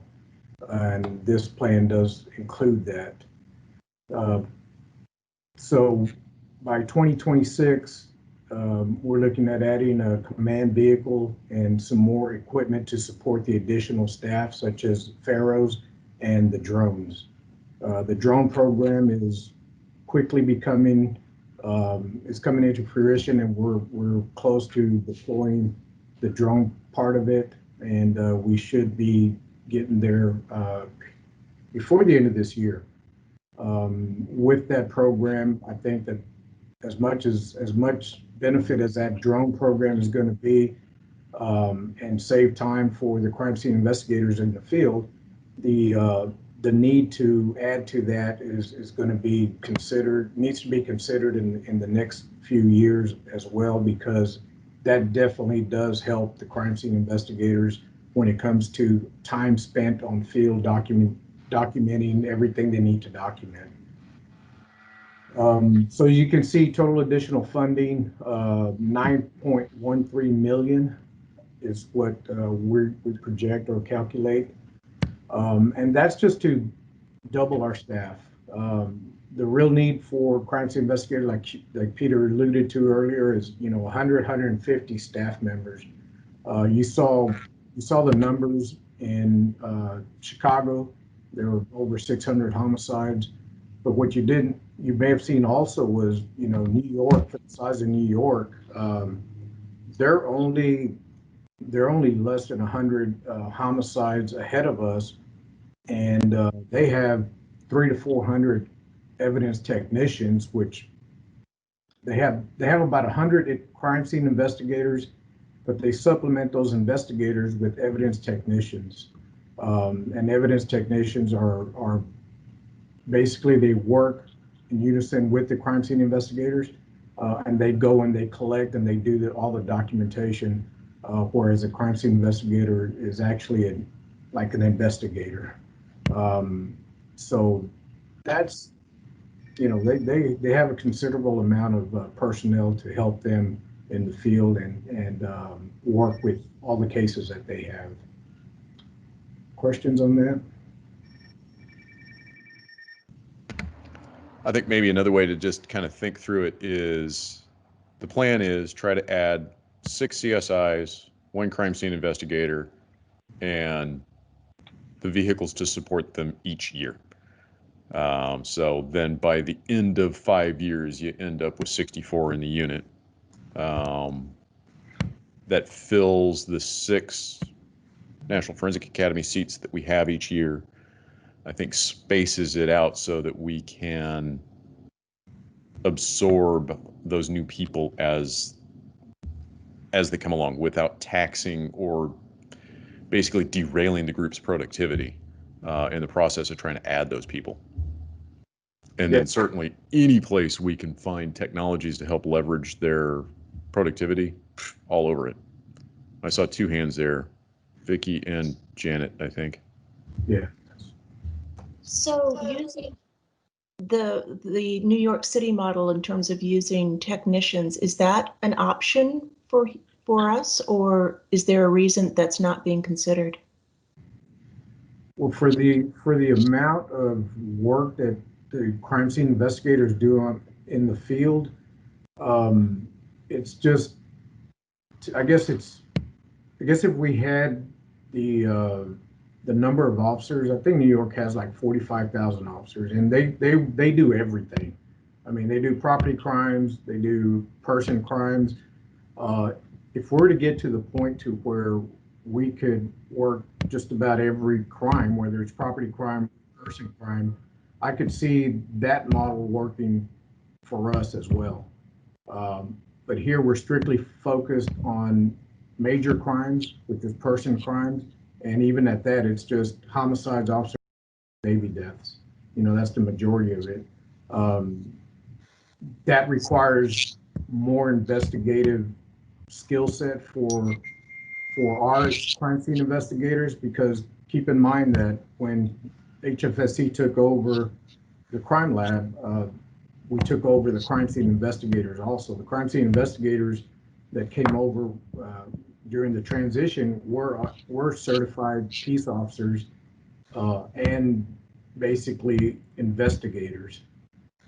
So we assumed that role. So we trained our civilian crime scene investigators to perform a lot of those tasks that the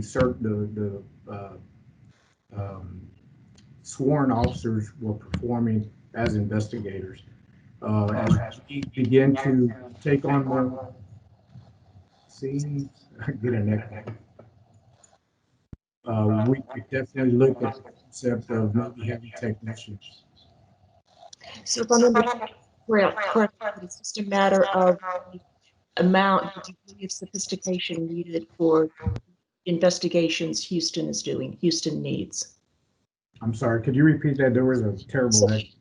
As I'm understanding, what you're saying is that basically the cases that we are investigating require more expertise, that New York City is able to investigate lesser cases, lesser crimes than we can at this point. That is correct. Okay, thanks. There somebody else had another question? Yeah, it was a little bit of a follow-up on the one you just answered. Okay. It does sound like that a crime scene technician requires less training than a full analyst. Even so, that we're investigating more serious crimes, you know, where someone is physically injured or killed, or officers are involved. Would a technician be of any help to help take some of the burden off of the full-fledged analyst? Yes and no. I mean, you would need to have, you know, a well-experienced crime scene investigator also at the scene, and the training that it takes to bring a technician up to an investigator far benefits us, because we actually sometimes we do have to work some of these scenes with just a signal investigator, crime scene investigator at the scene. Some of these lesser, like this baby deaths, or maybe an aggravated assault where there's not much out there, but it still requires the expertise of a crime scene investigator. If we had technicians and we didn't have enough crime scene investigators, then, you know, they would have to work with a crime scene investigator and then work at the direction of a crime scene investigator. So in our case right now, I think it just benefits us better to have crime scene investigators who can do all aspects of crime scene investigation versus technicians that are limited in their job duties. Does that make sense? And I think as I kind of think through it, the group is so small right now that we've got to build the core experienced capability. We are so far away from addressing the crimes that really a technician might be beneficial for, that, you know, maybe at the end of 5 years, we may be in a better place that technicians really could be more beneficial at that point. But until we get a little more mass in the group, it's really difficult. You know, again, it's chicken and egg thing. Which end do you start at?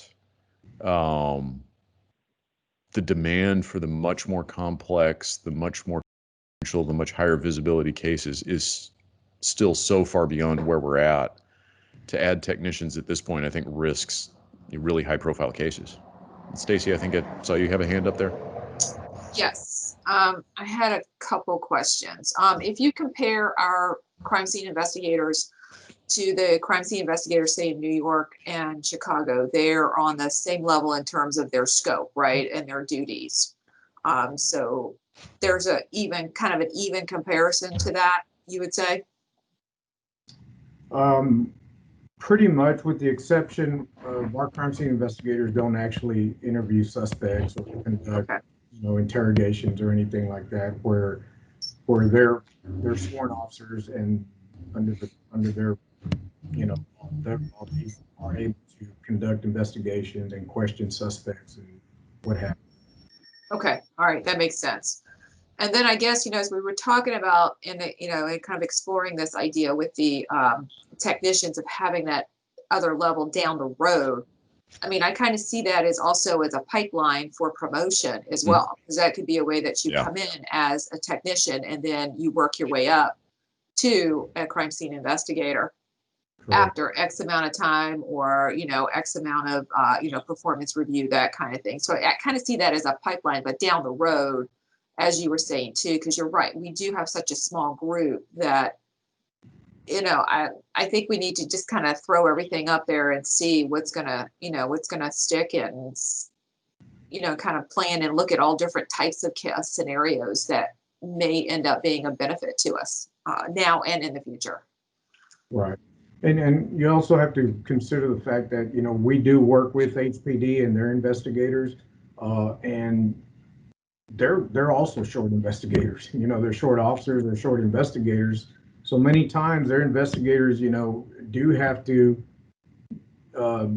do double, triple task and not focus so much on the crime scene. So they depend on our crime scene investigators to be able to investigate that scene adequately to where they can get what they need to follow up on the case. So having a technician with limited capabilities at these scenes only works when you're working alongside a crime scene investigator. And Stacy, Caress was just pointing out to me, what you were saying is exactly what we do with our career ladder. I mean, that's basically the structure that we are after. Okay, great. Thank you. All right. So moving on to the next slide, you can see beginning in 2022, and each year after that, we're adding 6 crime scene investigators, 1 crime scene supervisor, and a client services case management technician. And you see the incremental cost year after year for that. And the difference in the cost is, I believe, we're looking into, we're also including the pay for performance as you go on from one year to the next. So that's why you're seeing the difference in cost, even though you have the same number of personnel year after year for the next 5 years. Yeah, so that's a fully loaded cost, and then it's additive across those, is because we still have the 6 from the year before, and then the 12 from the 2 years prior. So it adds up across that, but that is a fully loaded cost there. I had another question, just looking at that. That's just looking at the CSU, and then the CSCM, but what are you thinking about in terms of projecting, i.e., the more CSIs I have, again, build it and they will come. And so, and if we're seeing a homicide rate continue to go up and other death rates going up that we would be responding to, then that would mean more evidence that we're collecting that would potentially, like latents and maybe FBIO, or if we, or if they find, seize drugs on site, that they may end up getting submitted to seize drugs for, so there's kind of that ripple effect. Absolutely. And so I think that, this is kind of a snapshot of this one area, but it's not really that ripple effect in terms of we might need another or 2 or 3 latent print examiners. We might need more firearms. All of that's going to impact the evidence coming in and needing to be processed, and again, impacting turnaround times, et cetera, et cetera, et cetera. And down the road we go, right? Correct. And I think, I mean, we all understand that, you know, more investigators means more work for all the other sections. And I think Peter touched on that earlier in his portion of the presentation. But the focus here is really for crime scene who's already drowning. We're trying to throw, you know, a saving net to these guys so that they don't drown. We're barely keeping up with just the caseload as it is, and having these additional, and granted, this, what we're asking for is not sustainable. If we begin to take on additional offenses and start investigating those, this is just to help us maintain the cases that we're already working and nothing new. Right, because I mean, really, like you said, what we have is not sustainable. And so that's a big concern too. But I think we also need to think about the bigger picture too of how is this going to affect overall. But yeah, we do need to look at what is the immediate impact and how can we reduce the potential, you know, burnout factor, you know, mental health fatigue, you know, fatigue, all of those things that we're currently seeing within our crime scene unit. I mean, because they're tired, you know, they're exhausted, there's fatigue, both physical as well as mental, you know, the types of scenes they go to. I mean, they're going to, you know, I don't see, you know, the worst of the worst, you know, they're going to the homicides, they're going to the officer involved. These are emotionally charged scenes. These are scenes where there's, you know, can be devastating injury to the victim, and they have to process that scene. They have to be there in that environment for hours at a time, and all of that does take a toll, you know, and we can see that vicarious trauma. We can see the stress. We can see those things, and I think they're all experiencing that now. And I don't know, you know, I think COVID has contributed, but I don't think it's the sole cause. Like you said, when we look at the data, this upward trend was going on way before, you know, since 2019. So. Yeah, and Monday was a real good example of we got to experience a little bit of everything that this city has to offer as far as gruesome sights and gruesome crime scenes. You know, we had a beheading that morning. We had, you know, multiple shootings resulted in death. We had the officer involved shooting that ended up with a dead sergeant, HPD sergeant. And then to cap the night off, you know, I was explaining to the executive team, you know, we had a lady driving out of a parking lot and she was shot in the head, you know, with an AK-47 high-powered assault rifle, you know. So that, I mean, that's what our crime scene investigators see on a daily basis, sometimes 2 or 3 times a day, depending on the day. Like Monday was one of those where it was the same investigators having to go to each one of these scenes because we were strapped for personnel. And that was 6 scenes on Monday, I believe, right? There were 6 of them. That's correct. Yeah. Okay. I mean, thank God that doesn't happen every day, but it's not uncommon that, you know, we have 4 or 5 in a day. You know, a busy weekend, you know, we expect that, and we all just buckle up our belts and expect the worst and hope for the best, you know. But often than not, I mean, you know, even these baby deaths have a, you know, they're pretty gruesome, especially the ones that are malnutreated or you know, they're abused. Those are the hardest ones, and I can still remember my very first one ever, and it still comes back, and I think about it a lot. But they see this all the time, and my concern for them is we don't have enough personnel, staff, to be able to allow them decompression time from one scene to the next, because they're having to, you know, secure their evidence and then go to the next one. And it's just not sustainable. And I really, you know, I talked to Peter and the executive staff a lot. You know, that's what concerns me most about this group. And the average age in crime scene is, you know, anywhere from 28 to 32. Those are young minds, and they're seeing this on a daily basis, multiple times a day. Mm-hmm. It's real concerning. Yeah, absolutely. So I think from the kind of wider perspective of the entire organization, like Jerry says, this is plugging holes in the dike at the moment. I don't think we know enough yet about what, let's face it, there's a lot of evidence that's collected by officers right now. We still get evidence from these scenes. You know, those ag assaults, it's not like nobody shows up.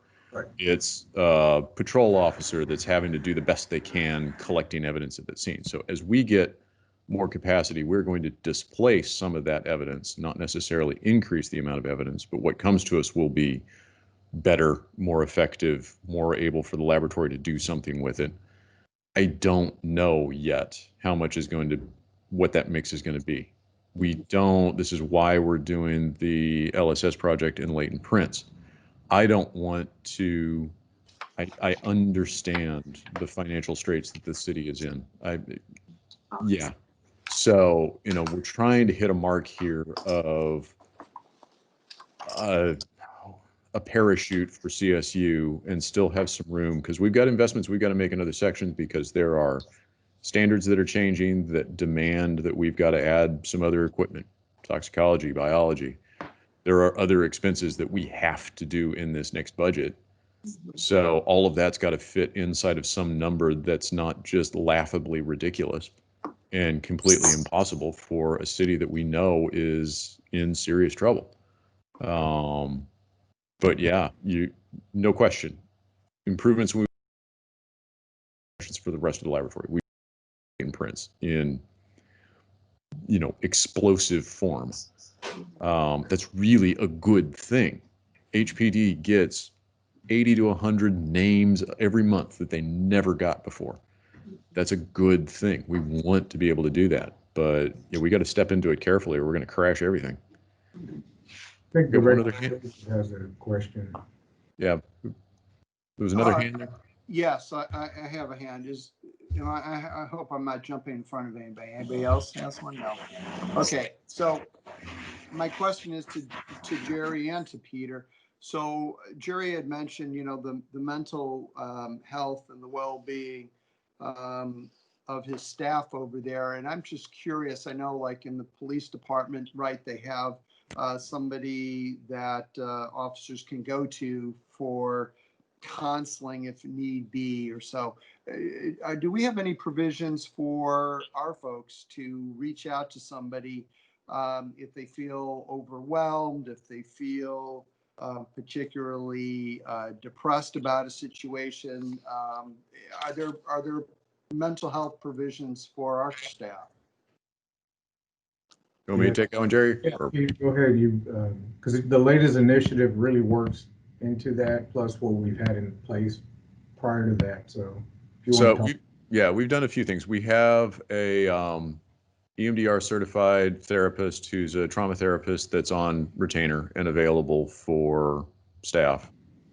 We also have bought into an expanded EAP to offer as many services through that then dovetail into people's insurance.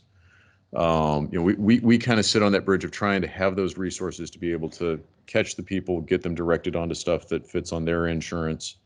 But then we've also, in trying to find anything and everything we can do, we've got Daryl Stein, who used to be in firearms. He retired, and working with him, he's coming back in. I'm not exactly sure what you'd call the position, but basically somebody there that people are familiar with, who is, I mean, he's a minister in his church and that aspect of things, but people know him. Daryl's marvelous at this, just to be around for people to talk with, not as a counselor, not as a therapist, but somebody that's there to listen, have as many safety nets as we can possibly think of to catch people before they fall too far and get them directed into services where they need to be. I would love to find more. I think somewhere out there, you know, we can do a lot of this stuff contract and otherwise, but somewhere out there, probably an actual counselor therapist that's on staff is probably something we need to figure out how to do. But, you know, right now I can't get enough boots on the ground in the field, much less something like that. So it's going to have to suffice as what we can cobble together around contract and other stuff. But yes, we do try to have that. Okay, thank you. Next slide.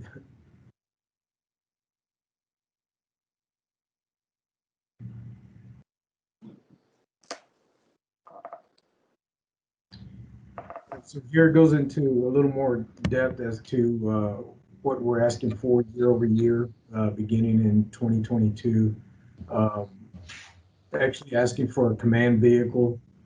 The purpose for a command vehicle is to be able to deploy supplies and equipment so that personnel can work out of a large scene and not tie up our existing vehicles, which we have adequate vehicles right now to get to scenes.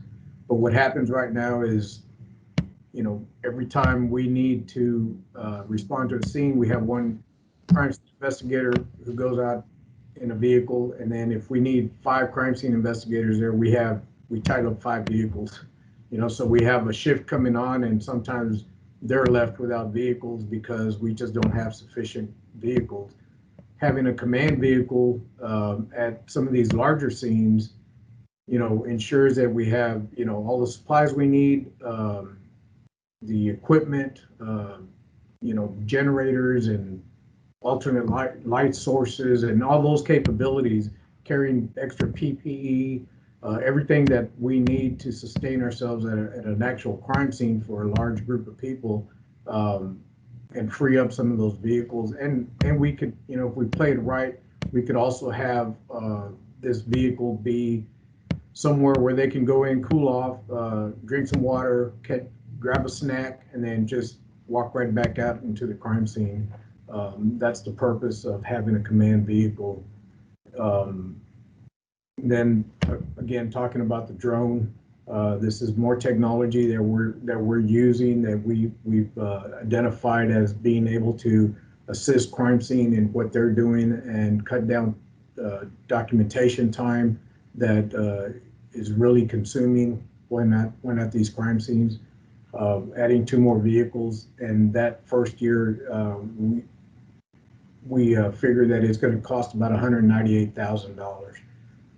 Moving into the second year, then you talk about adding another Faro, converting the crime scene house to office space for crime scene investigators, because we have limited space here at Jefferson without taking over, you know, the 15th floor, which, you know, we share with Layton's, and we share with Multimedia Lab here in the crime scene office. So looking at the crime scene house, converting the crime scene house to make it useful office space. There's about 20 grand in upgrades to make the crime scene house suitable for that purpose. There's another 10 grand for the IT needs, and then throwing in, you know, 3 additional vehicles, 3 for crime scene and 1 for CSCM. That totals about $239,000. In 2024, connectivity cost. This is going to be a cost that we have to maintain year over year just for being in the crime scene house. There's IT requirements that we have to meet in order for crime scene to be able to work out of the crime scene house effectively as if they're in the office. So the $6,000 for that is just a year over year cost. Adding 2 more vehicles. So year 2024, we're looking at $74,000, you know, need for that third year. Year 2025, adding another Faro, because as you add more personnel, you need to have equipment to support the personnel. So adding another Faro, another drone. Again, there's that cost for the IT connectivity, which is a year-over-year cost. Adding 3 more vehicles, that's coming out to $168,000. In year 26, again, the year-over-year cost for IT, 2 more vehicles, another $74,000. So in the end of the 5-year plan, the cost for just capital expenses averages out to about $753,000. Okay, next slide. So here we break down the annual total, including capital. This is personnel cost and raises and the full package.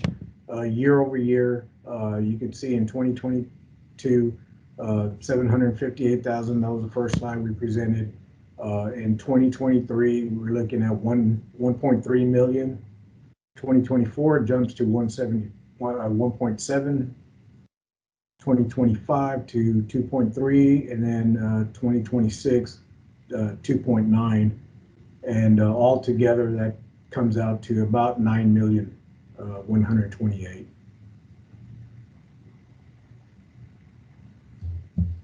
Any questions on the numbers there? Yeah, and I just want to thank, David Leach in finance, and Will Arnold, and everybody who contributed to helping me compile these stats and putting these numbers together. Peter and Ramit, very instrumental. And I mean, we try to account for every little thing. I mean, even supplies, gloves, everything crime scene investigators need, their uniforms. So everything that you're seeing here is a total package as best we can think of. And I hope we're not missing anything. Well, we're missing more people, but Well, yeah. there's realism. Yeah, for what we're asking for, this is a best guess right here, and I think it's pretty accurate. All right, that concludes my presentation. All right. Thank you very much. Are there any other questions for Mr. Pena or Dr. Stout? All right. Okay, great. Thank you so much. Okay, we're going to now move to agenda item number 11. We're getting there. We're almost there, guys.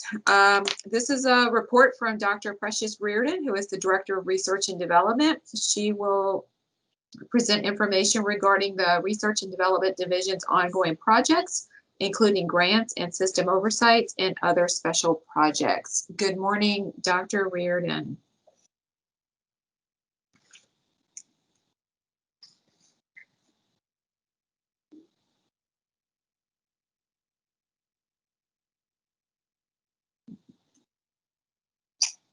Sorry, can you see my screen? Good morning. Yes, we can see it. Good morning. Great. Hi, my name is Precious Reardon, and I'm the Director of Research and Development at the lab. And today I'd like to give you an overview of the Research and Development section and an update on some of our recent and current grants. So there are currently 3 people in the R&D section: myself, Tammy Beals, and Jennifer Zhu.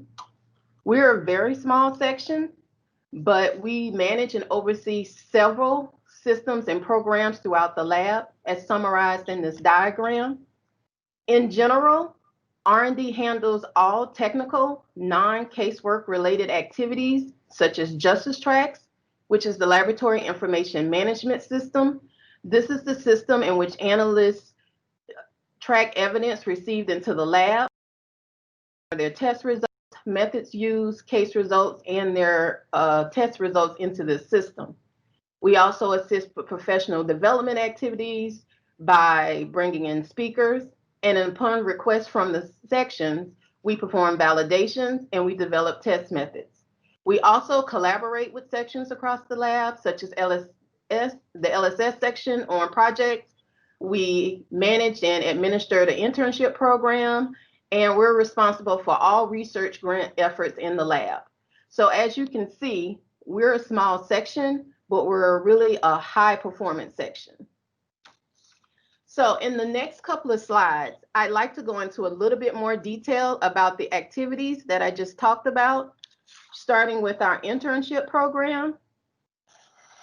Internships run year-round at the lab. We offer internships in all our forensic disciplines, including our administrative and support sections. The internship program is designed to expose students to all aspects of a forensic lab through activities such as tours, shadowing, speaker series, and testimony observation.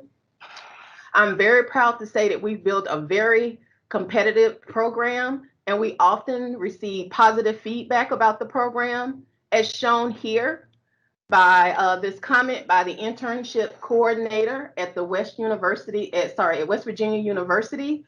who stated that our laboratory has one of the best organized and efficient internship programs in the country. And let me take a minute to just say that we often hire interns who've gone through the program into permanent positions into the laboratory. And up until the summer, we only offered an on-site internship program. But because of the pandemic, we had to adapt and offer a fully virtual internship this summer that was well received. Another big area of responsibility for R&D is the, as I stated before, was the Justice Tracks Laboratory Information Management System and the request portal. So the request portal is the system that the officers use to submit requests to the lab. We are responsible for every aspect of the system, from implementation, where we create dynamic user interfaces in Justice Tracks so analysts can enter information, to maintenance, where we make sure that the system is running smoothly. The bulk of our daily activities in this system, however, is ticketing, where we answer users' questions and troubleshoot issues. Just last year, we answered or processed over 1,200 JT and portal tickets. Currently, 6 of the 7 forensic disciplines are using Justice Tracks. Biology is the only discipline that's not currently in Justice Tracks. However, we hope to have them integrated into Justice Tracks by next year this time. As I stated earlier, we are also responsible for all the research grants efforts in the lab.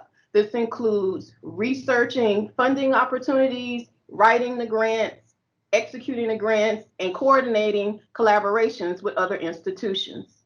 Here, I'm showing you a list of our recent and current research grants, and we currently have a grant from NIST in collaboration with the Center for Statistics and Application in Forensic Evidence, which is we refer to as CSAFE. This grant was used to create a full-time position in the lab in quality to help with their blind QC program. We were also awarded a grant from NIJ, and Jerry talked about this earlier, the Laboratory Efficiency Grant that we're using to renovate the Vehicle Examination Building, or the VEB, with the renovation scheduled to be completed in December. And the most recent grant that we just wrapped up in October is our Sufficiency Threshold Grant. This grant was also awarded by NIJ, and it was used to develop a quality model for gas chromatography mass spectrometry, or GCMS. And for people who are not familiar with this technique or this technology, my non-science listeners, GCMS is one of the primary techniques used by seized drugs in toxicology for drug identification. So we collaborated with Dr. Peter Harrington at Ohio University on this grant. And to give you a little background on how this proposal came about, we actually had a seized drugs analyst come to us about the GCMS threshold problem. This is something that R&D encourages all analysts in the lab to do if they have any research ideas or research problems. So why do we need a quality model? So to understand why we need a quality model, we need to look at the different forensic disciplines. So the forensic disciplines can loosely fall into 2 categories. You have your lab-based analytical disciplines, which rely heavily on instrumentation and technology. And then you have your pattern evidence disciplines that rely heavily on expert interpretation. Well, GCMS is an instrumental method used by the analytical divisions. It relies on the principles of analytical chemistry, but it possesses many characteristics of the pattern science in the interpretation of mass spectral results generated from the GCMS analysis. So, for example, in the middle here, I'm showing you an example of a mass spectral search result. In the top figure, you have the unknown spectrum. The unknown spectrum is generated from the GCMS analysis. In order to identify the compound in the unknown spectrum, the unknown spectral pattern is compared to a reference spectrum in a library. So as you can see by looking at these two spectrums, the mass spectral pattern is similar for the unknown spectrum and the reference spectrum. In this case, it's identified as valeriofentanyl. The output from the mass spectral results is usually a hit list or a target list of potential compounds sorted by mass spectral similarity to the unknown spectrum. So in GC, the analyst relies on the computerized library search results to identify the unknown compound, but that search is based on mass spectral matching. So this is where I say GCMS is an analytical process or technique, but it does have characteristics of pattern science. But there are also factors that can affect that mass spectral identification, because pattern recognition or mass spectral matching depends on the quality of the unknown spectrum. And this spectrum can be distorted or affected by contamination, concentration, high signal to noise ratio. So if you have a distorted spectrum, this can challenge the analyst when trying to identify the compound. So this is why we needed a quality model, because a quality model would provide the analyst with a quantitative threshold that would allow them to have confidence in that identification.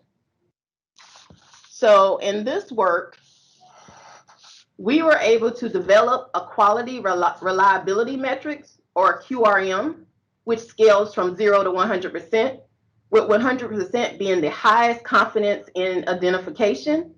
And the QRM provides an independent statistical measure of the quality of each library search. In order to demonstrate the feasibility of this method, we then tested the QRM on historical siege drug case files and experimental opioid mixtures, and we received both robust and repeatable results. So this QRM allows analysts to determine the minimum mass spectral data needed for a confident identification.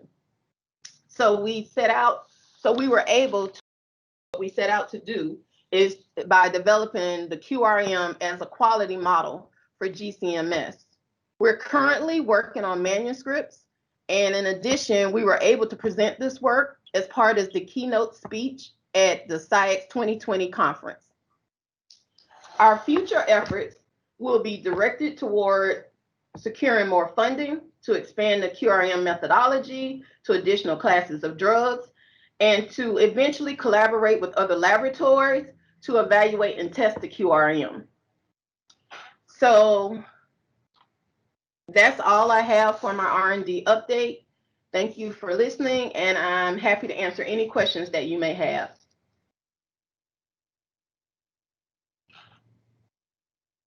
Does anyone have any questions for Dr. Reardon? Yes, Director Blanchett. I think it's very interesting that you're going to give a quantitative scale for how good the mass spectrum is for evidence that's collected.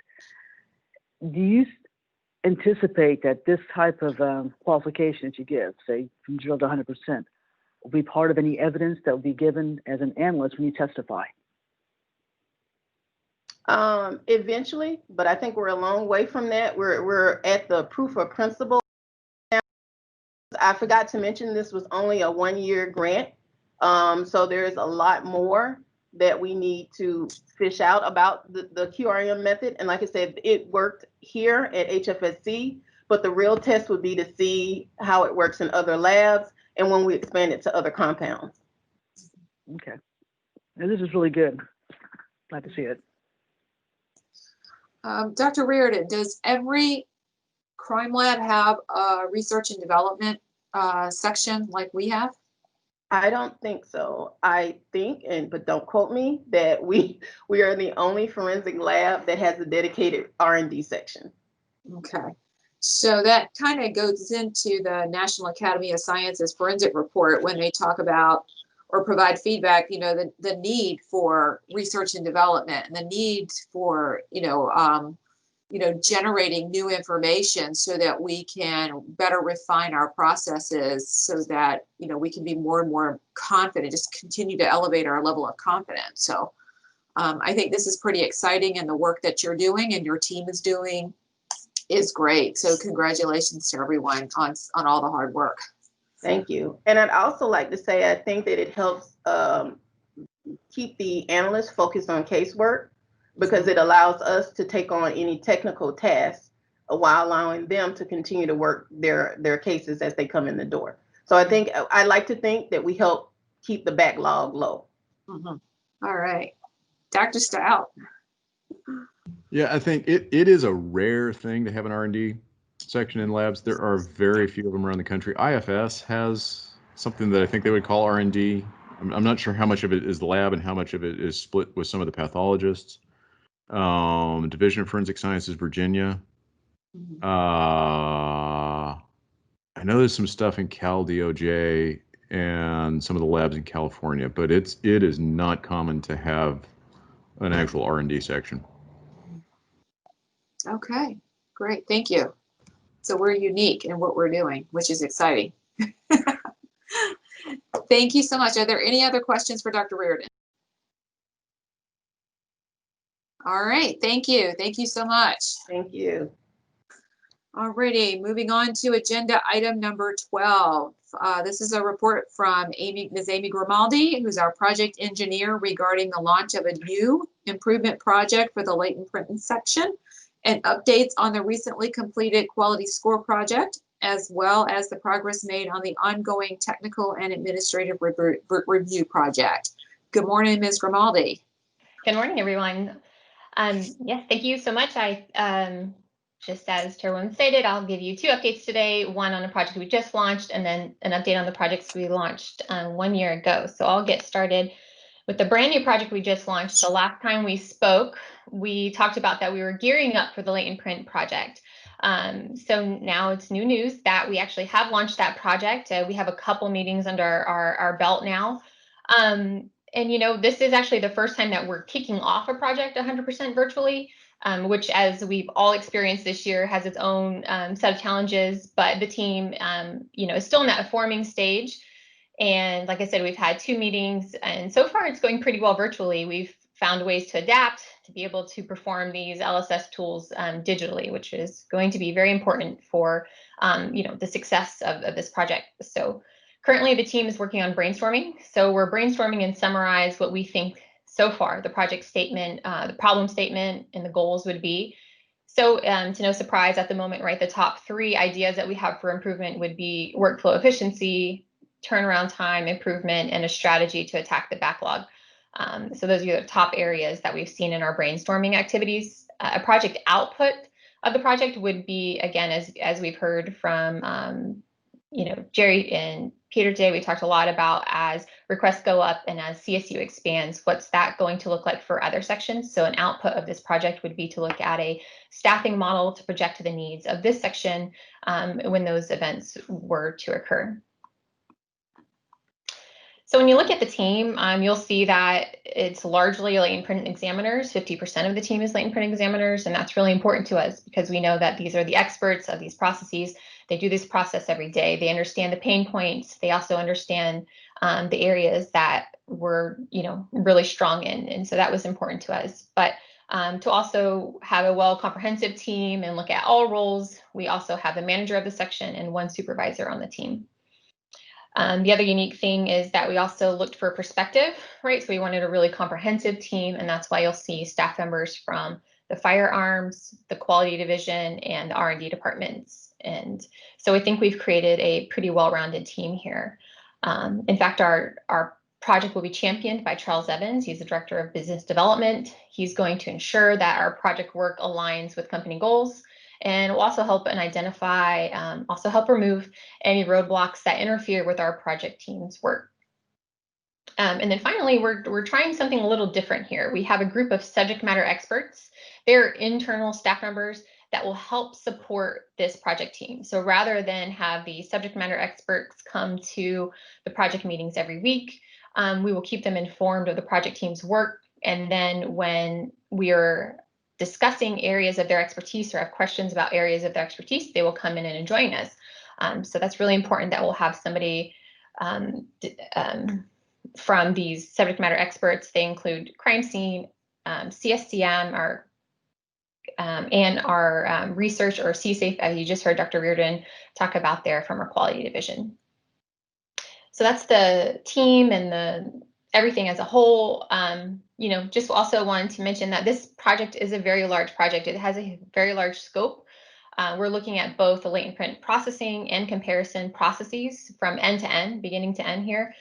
Therefore, we're estimating that this will be at least 9 months. And it's, as you can imagine, it's a huge commitment, not just for the project team, but really, the entire section will be involved with, some of these tools in one way or another. And so, as you can imagine, there will be an impact to the number of cases completed each month, since, again, there are 7 staff members from that section on this project team. Are there any questions about the latent print project?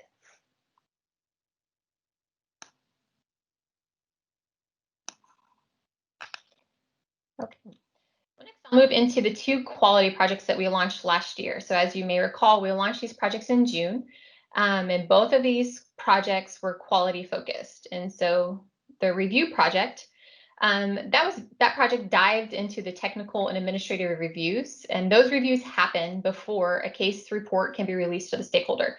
So they were looking at this process, and the whole goal was to make that process more effective. And the second project is known as the Quality Score Project, and this team was tasked with designing a way to measure quality at HFSC. And again, they were launched last June.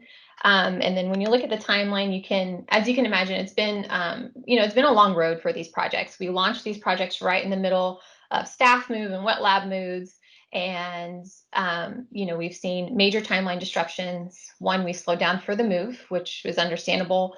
And then, pandemic hit. And then most recently, we were even impacted by Hurricane Laura preparation. So nonetheless, these teams have remained engaged in their project work. And they've really adapted to all of these timeline disruptions. So we see the light at the end of the tunnel right now. The Quality Score Project just wrapped up last month, and then the review project is on target to wrap up next month.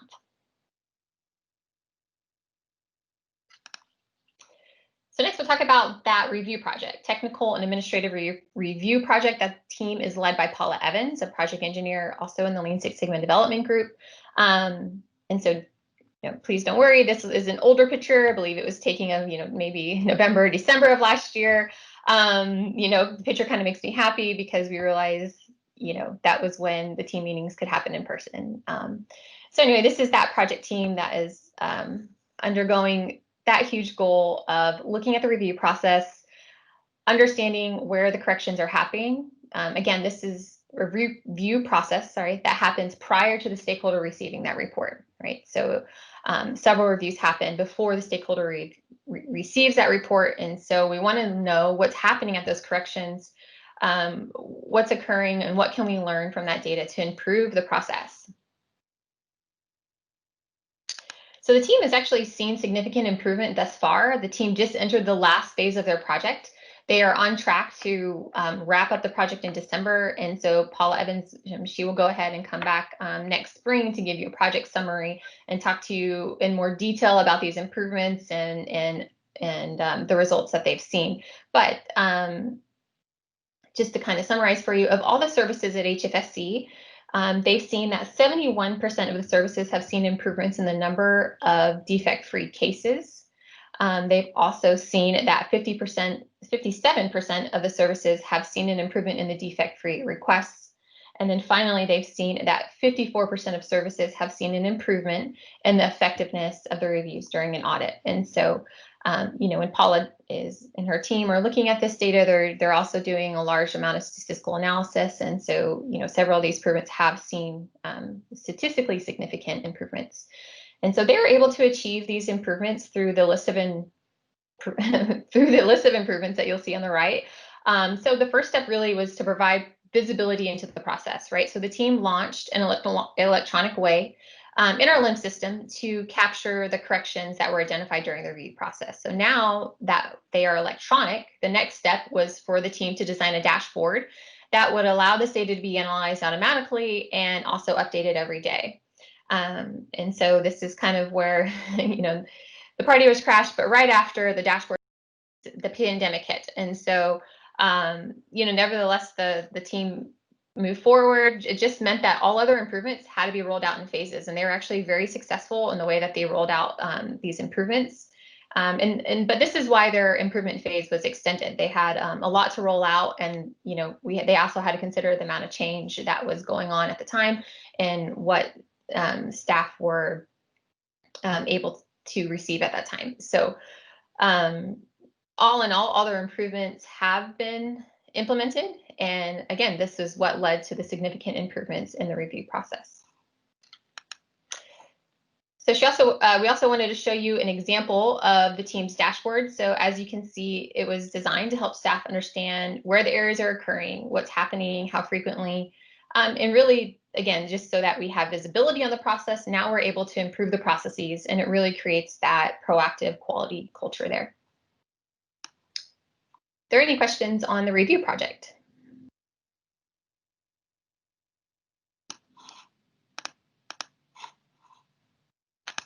Okay, great. So at the same time the review project was running, this quality score project was happening in parallel. And so this project's goal, again, was to design that actionable quality metric. And so this was really one of those projects that almost felt impossible when we first started it. It's just this really abstract concept. And actually, both of these projects are just really new to the forensic field. So kind of to get started, the quality score team really had to think about how we define quality at HFSC.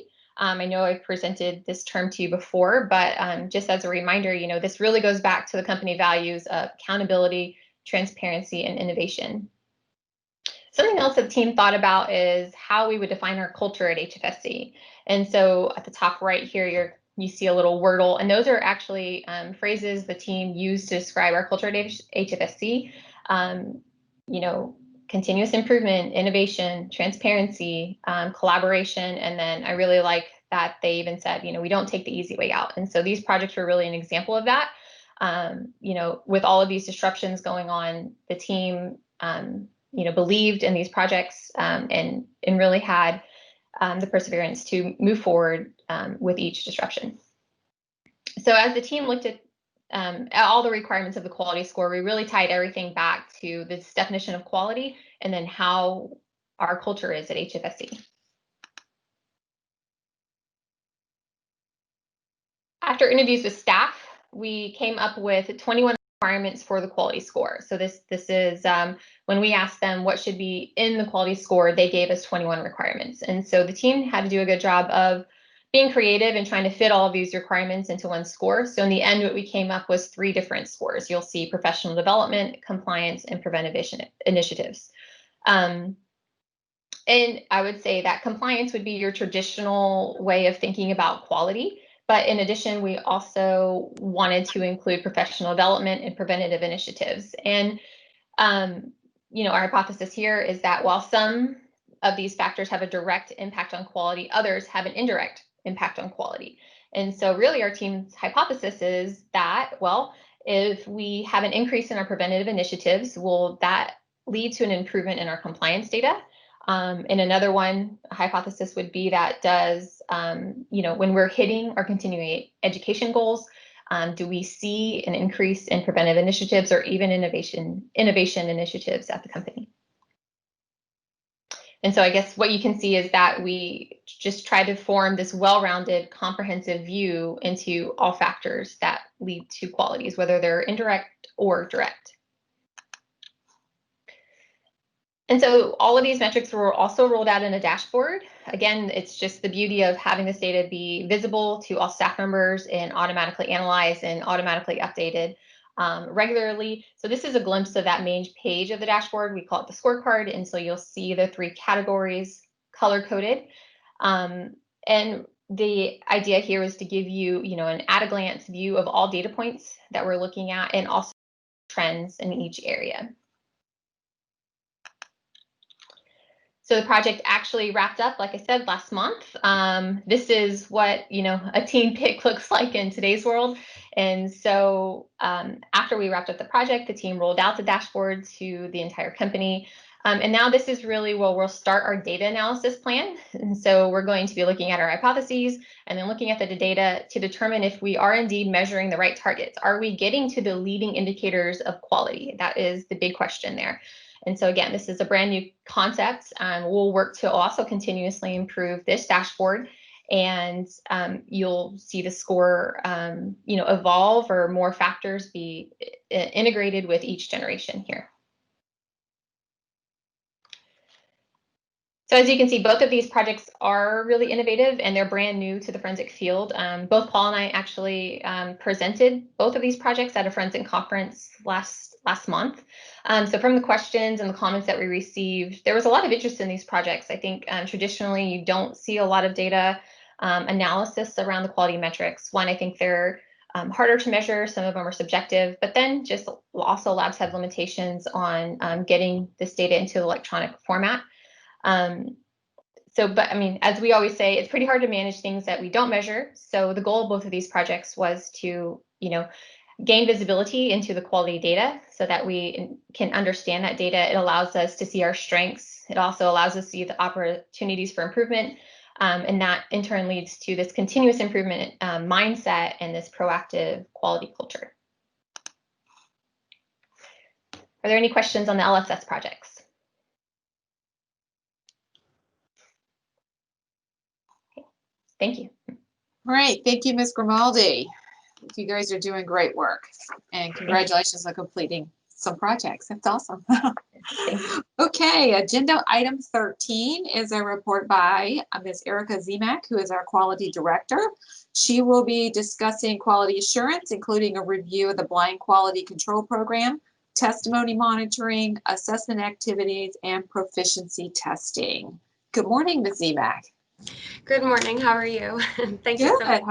Thank you for presenting today. So first, I'd like to start with a graphical depiction of last month's blind quality control submissions for the month of October. As you can see, we met all of our monthly goals with the exception of the latent print blind verification. Just as a reminder, the blind verification is not a blind quality control that is prepared by the quality division, but rather an actual casework case that's selected by the latent print technical leader. And while we did not have any good candidate cases for last month, we have already identified 2 potential candidates for this month. So we are hoping to, make up time in the air, as they say, through the month of November. And also for blind quality control information, I wanted to share with the board, we've had a slew of presentations having to do with blind quality control. I know that last month, Dr. Stout shared that he and I co-presented at the Southwestern Association of Forensic Scientists, or SWAFs. And there were approximately, I want to say about 700 people who attended our presentation. It was all about the blind program.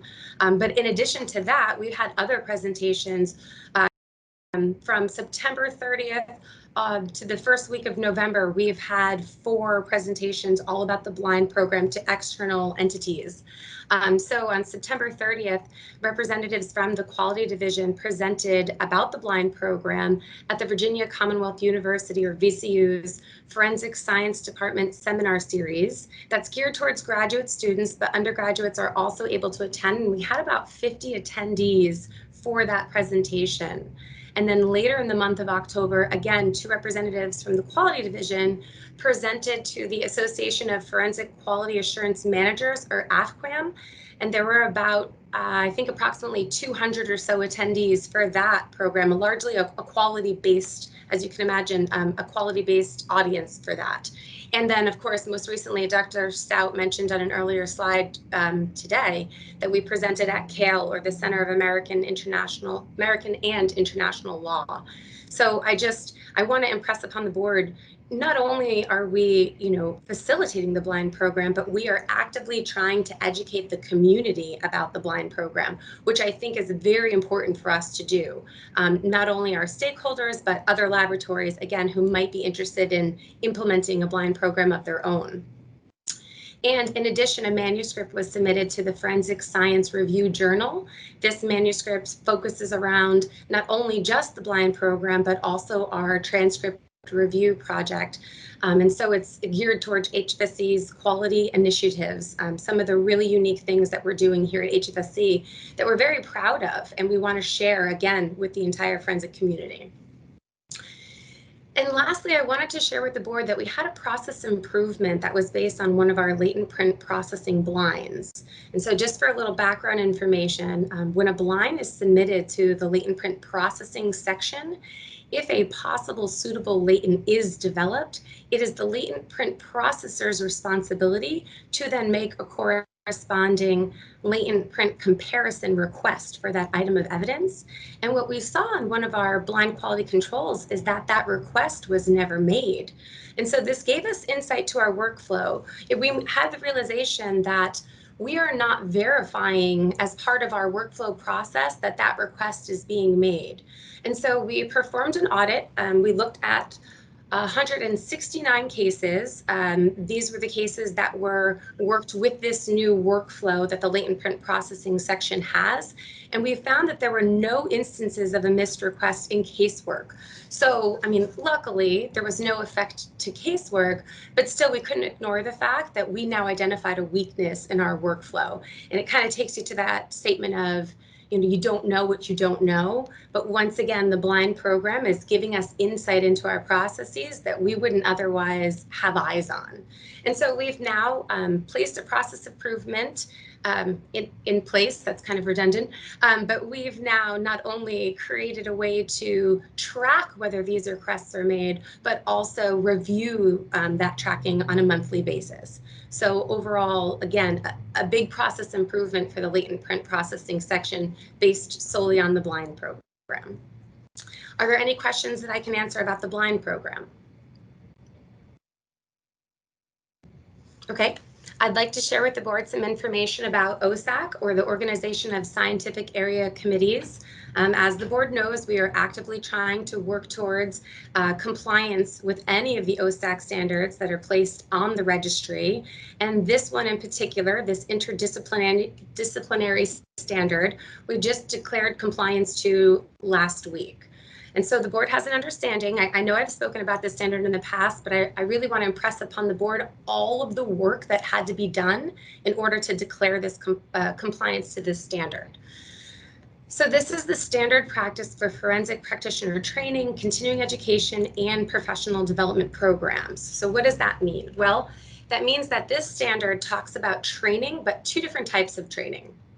One is training to competence, so the training program that a new analyst would enter upon being hired at HFSC, and all of the training that they would have to undergo before they were authorized essentially to perform any kind of a method or technique in casework here at HFSC.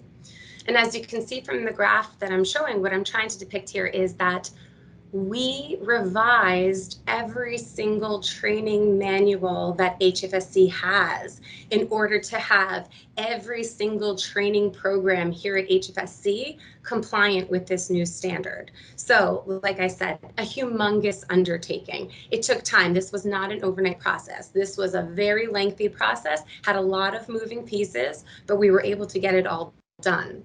And on the other side, this is the continuing education and professional development side. This is that piece of the standard that mandates that every forensic science practitioner must have at least 16 hours of continuing education every year. And so again, a very big project to overtake. So what did we have to do in order to do that? Well, we formulated a continuing education committee, a group of core individuals who would make decisions and document those decisions in a way that could be disseminated to all staff to try and ensure consistency for what we were, what continuing education opportunities we were counting and how many continuing credits you were given for each one of those opportunities. And we also formulated a workflow. We utilized the Qualtrics software here at HFSC. So we designed a workflow that captures all of that information from staff. What staff member attended the training, how many hours they attended, what was the name of the training, who was the presenter of the training. All of that information is captured in this workflow.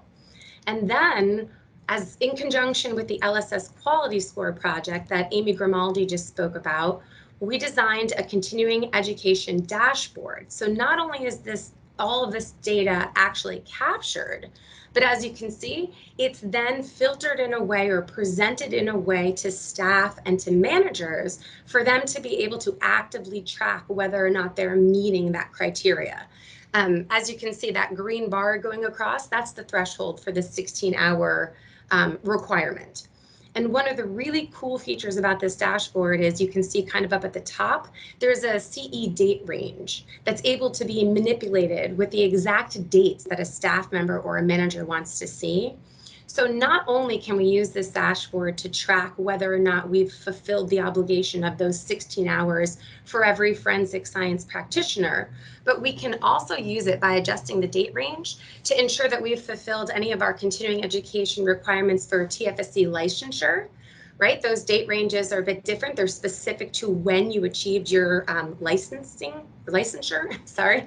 And also any of the specific or personal certifications that any staff member has that may in fact also have a continuing education requirement with it. And again, those date ranges might be different than either from your license from TFSC or even from this requirement from OSAC. So as you can imagine, it's a lot of information for staff to keep track of, a lot of different date ranges that they have to manage, and this dashboard is helping them to be able to do that. And of course, you know, also helps with managers and the quality division to make sure that we're achieving compliance to that element of that OSAC standard.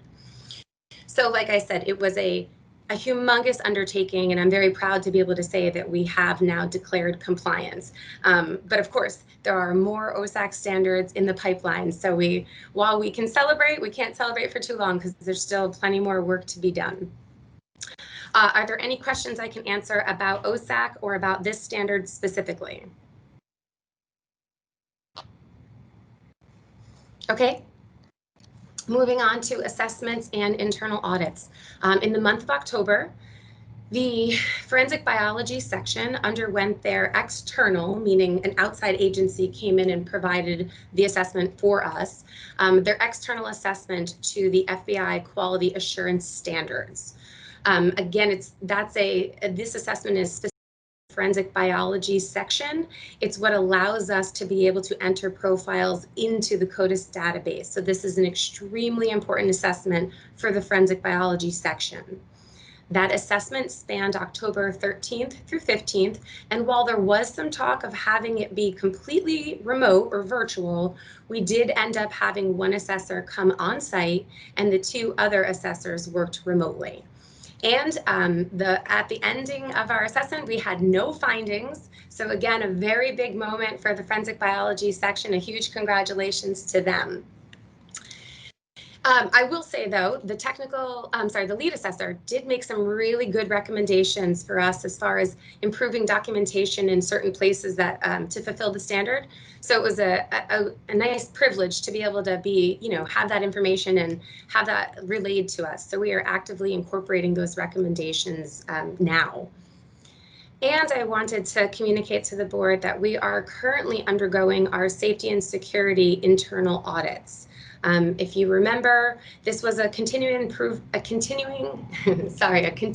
improvement recommendation based on a previous security nonconformance that we had.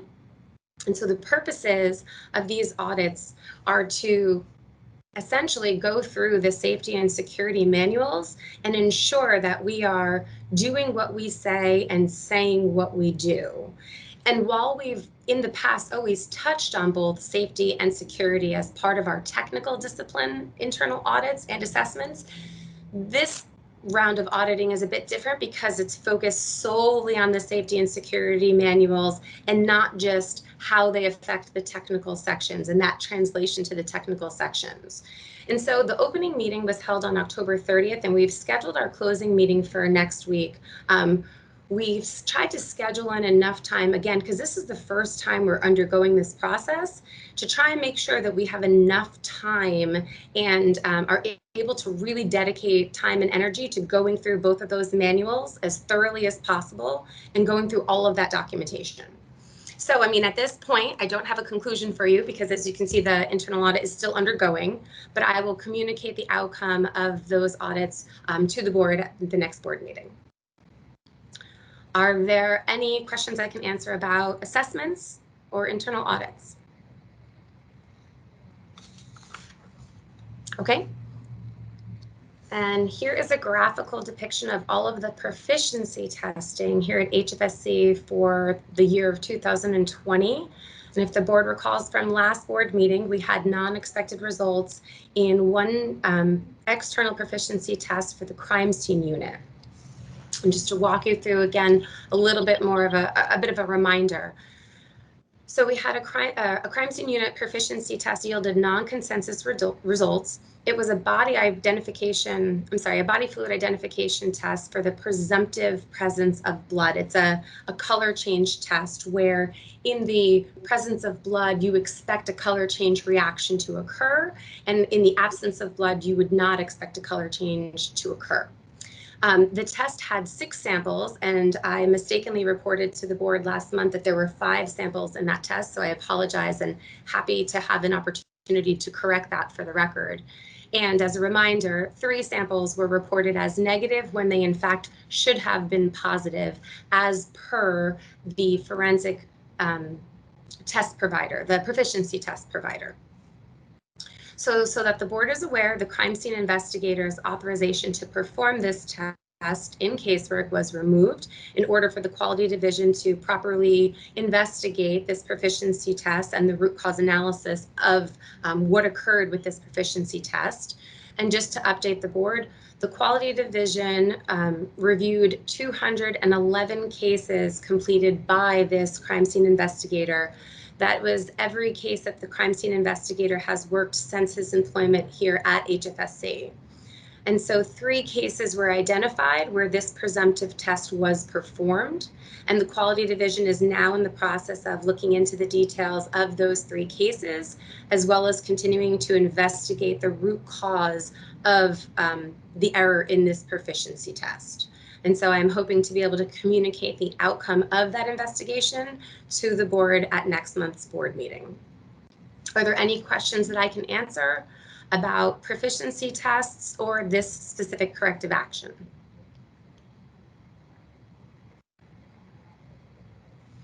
Okay. And we have testimony data. So if the board recalls, jury trials resumed in Harris County on October 1st. However, we are still maintaining that 23 analysts that have testified this year. We have 3 analysts that had not been monitored. However, we were able to obtain those transcripts. They have been provided to the technical sections, and they will be evaluated in lieu of in-person monitoring so that we are still fulfilling our requirement to have each person or each forensic science practitioner who testifies be evaluated by an expert on an annual basis. And lastly, our transcript review project.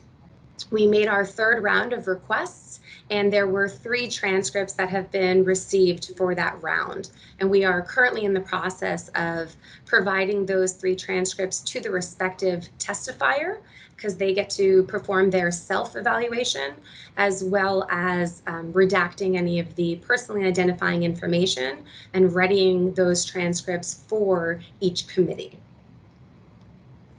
Are there any questions that I can answer about testimony data?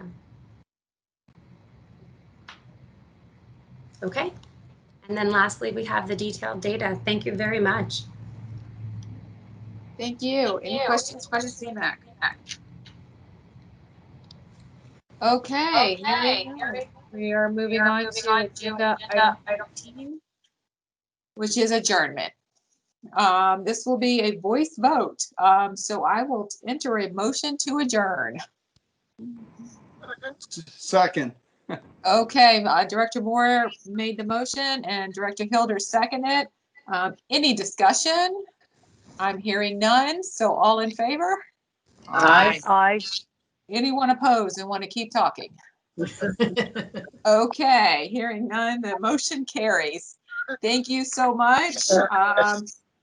It is, I hope everyone has a happy Thanksgiving and look forward to seeing everyone in December at the December meeting. Stay safe and be well and have a wonderful weekend. Thank you. You too. Thank you. Bye. Thank you for Bye-bye. being here.